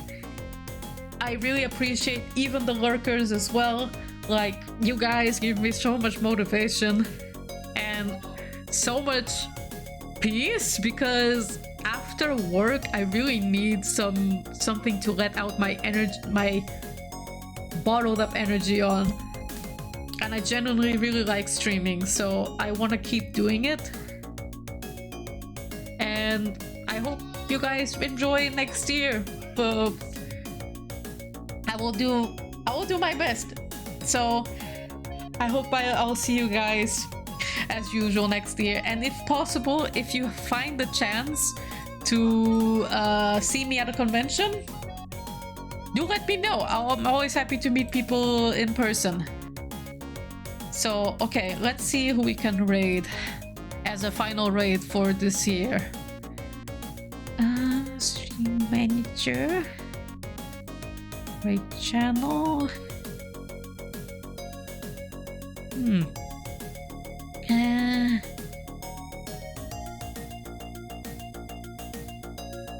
Who's even online at this hour? I think at this hour I might catch some more people, so let's see. You know what? Let's raid Paparuni. She's playing Claire Obscure right now. She's on Act 3, so if you care about spoilers, I would say maybe you can stay for the raid and then go. But big shout outs to her, by the way. She is one of those clients that I said is one of the sweetest people ever. She's awesome. She is also a very fun person to talk to, and she makes great streams. So have a good time with her, take care of her as well while you raid her, and I'll see you guys next year in maybe late January, and if not, then you'll see me in February. Have a good year, everybody. Happy holidays, and since I won't be seeing you until then, Happy New Year as well. Bye bye.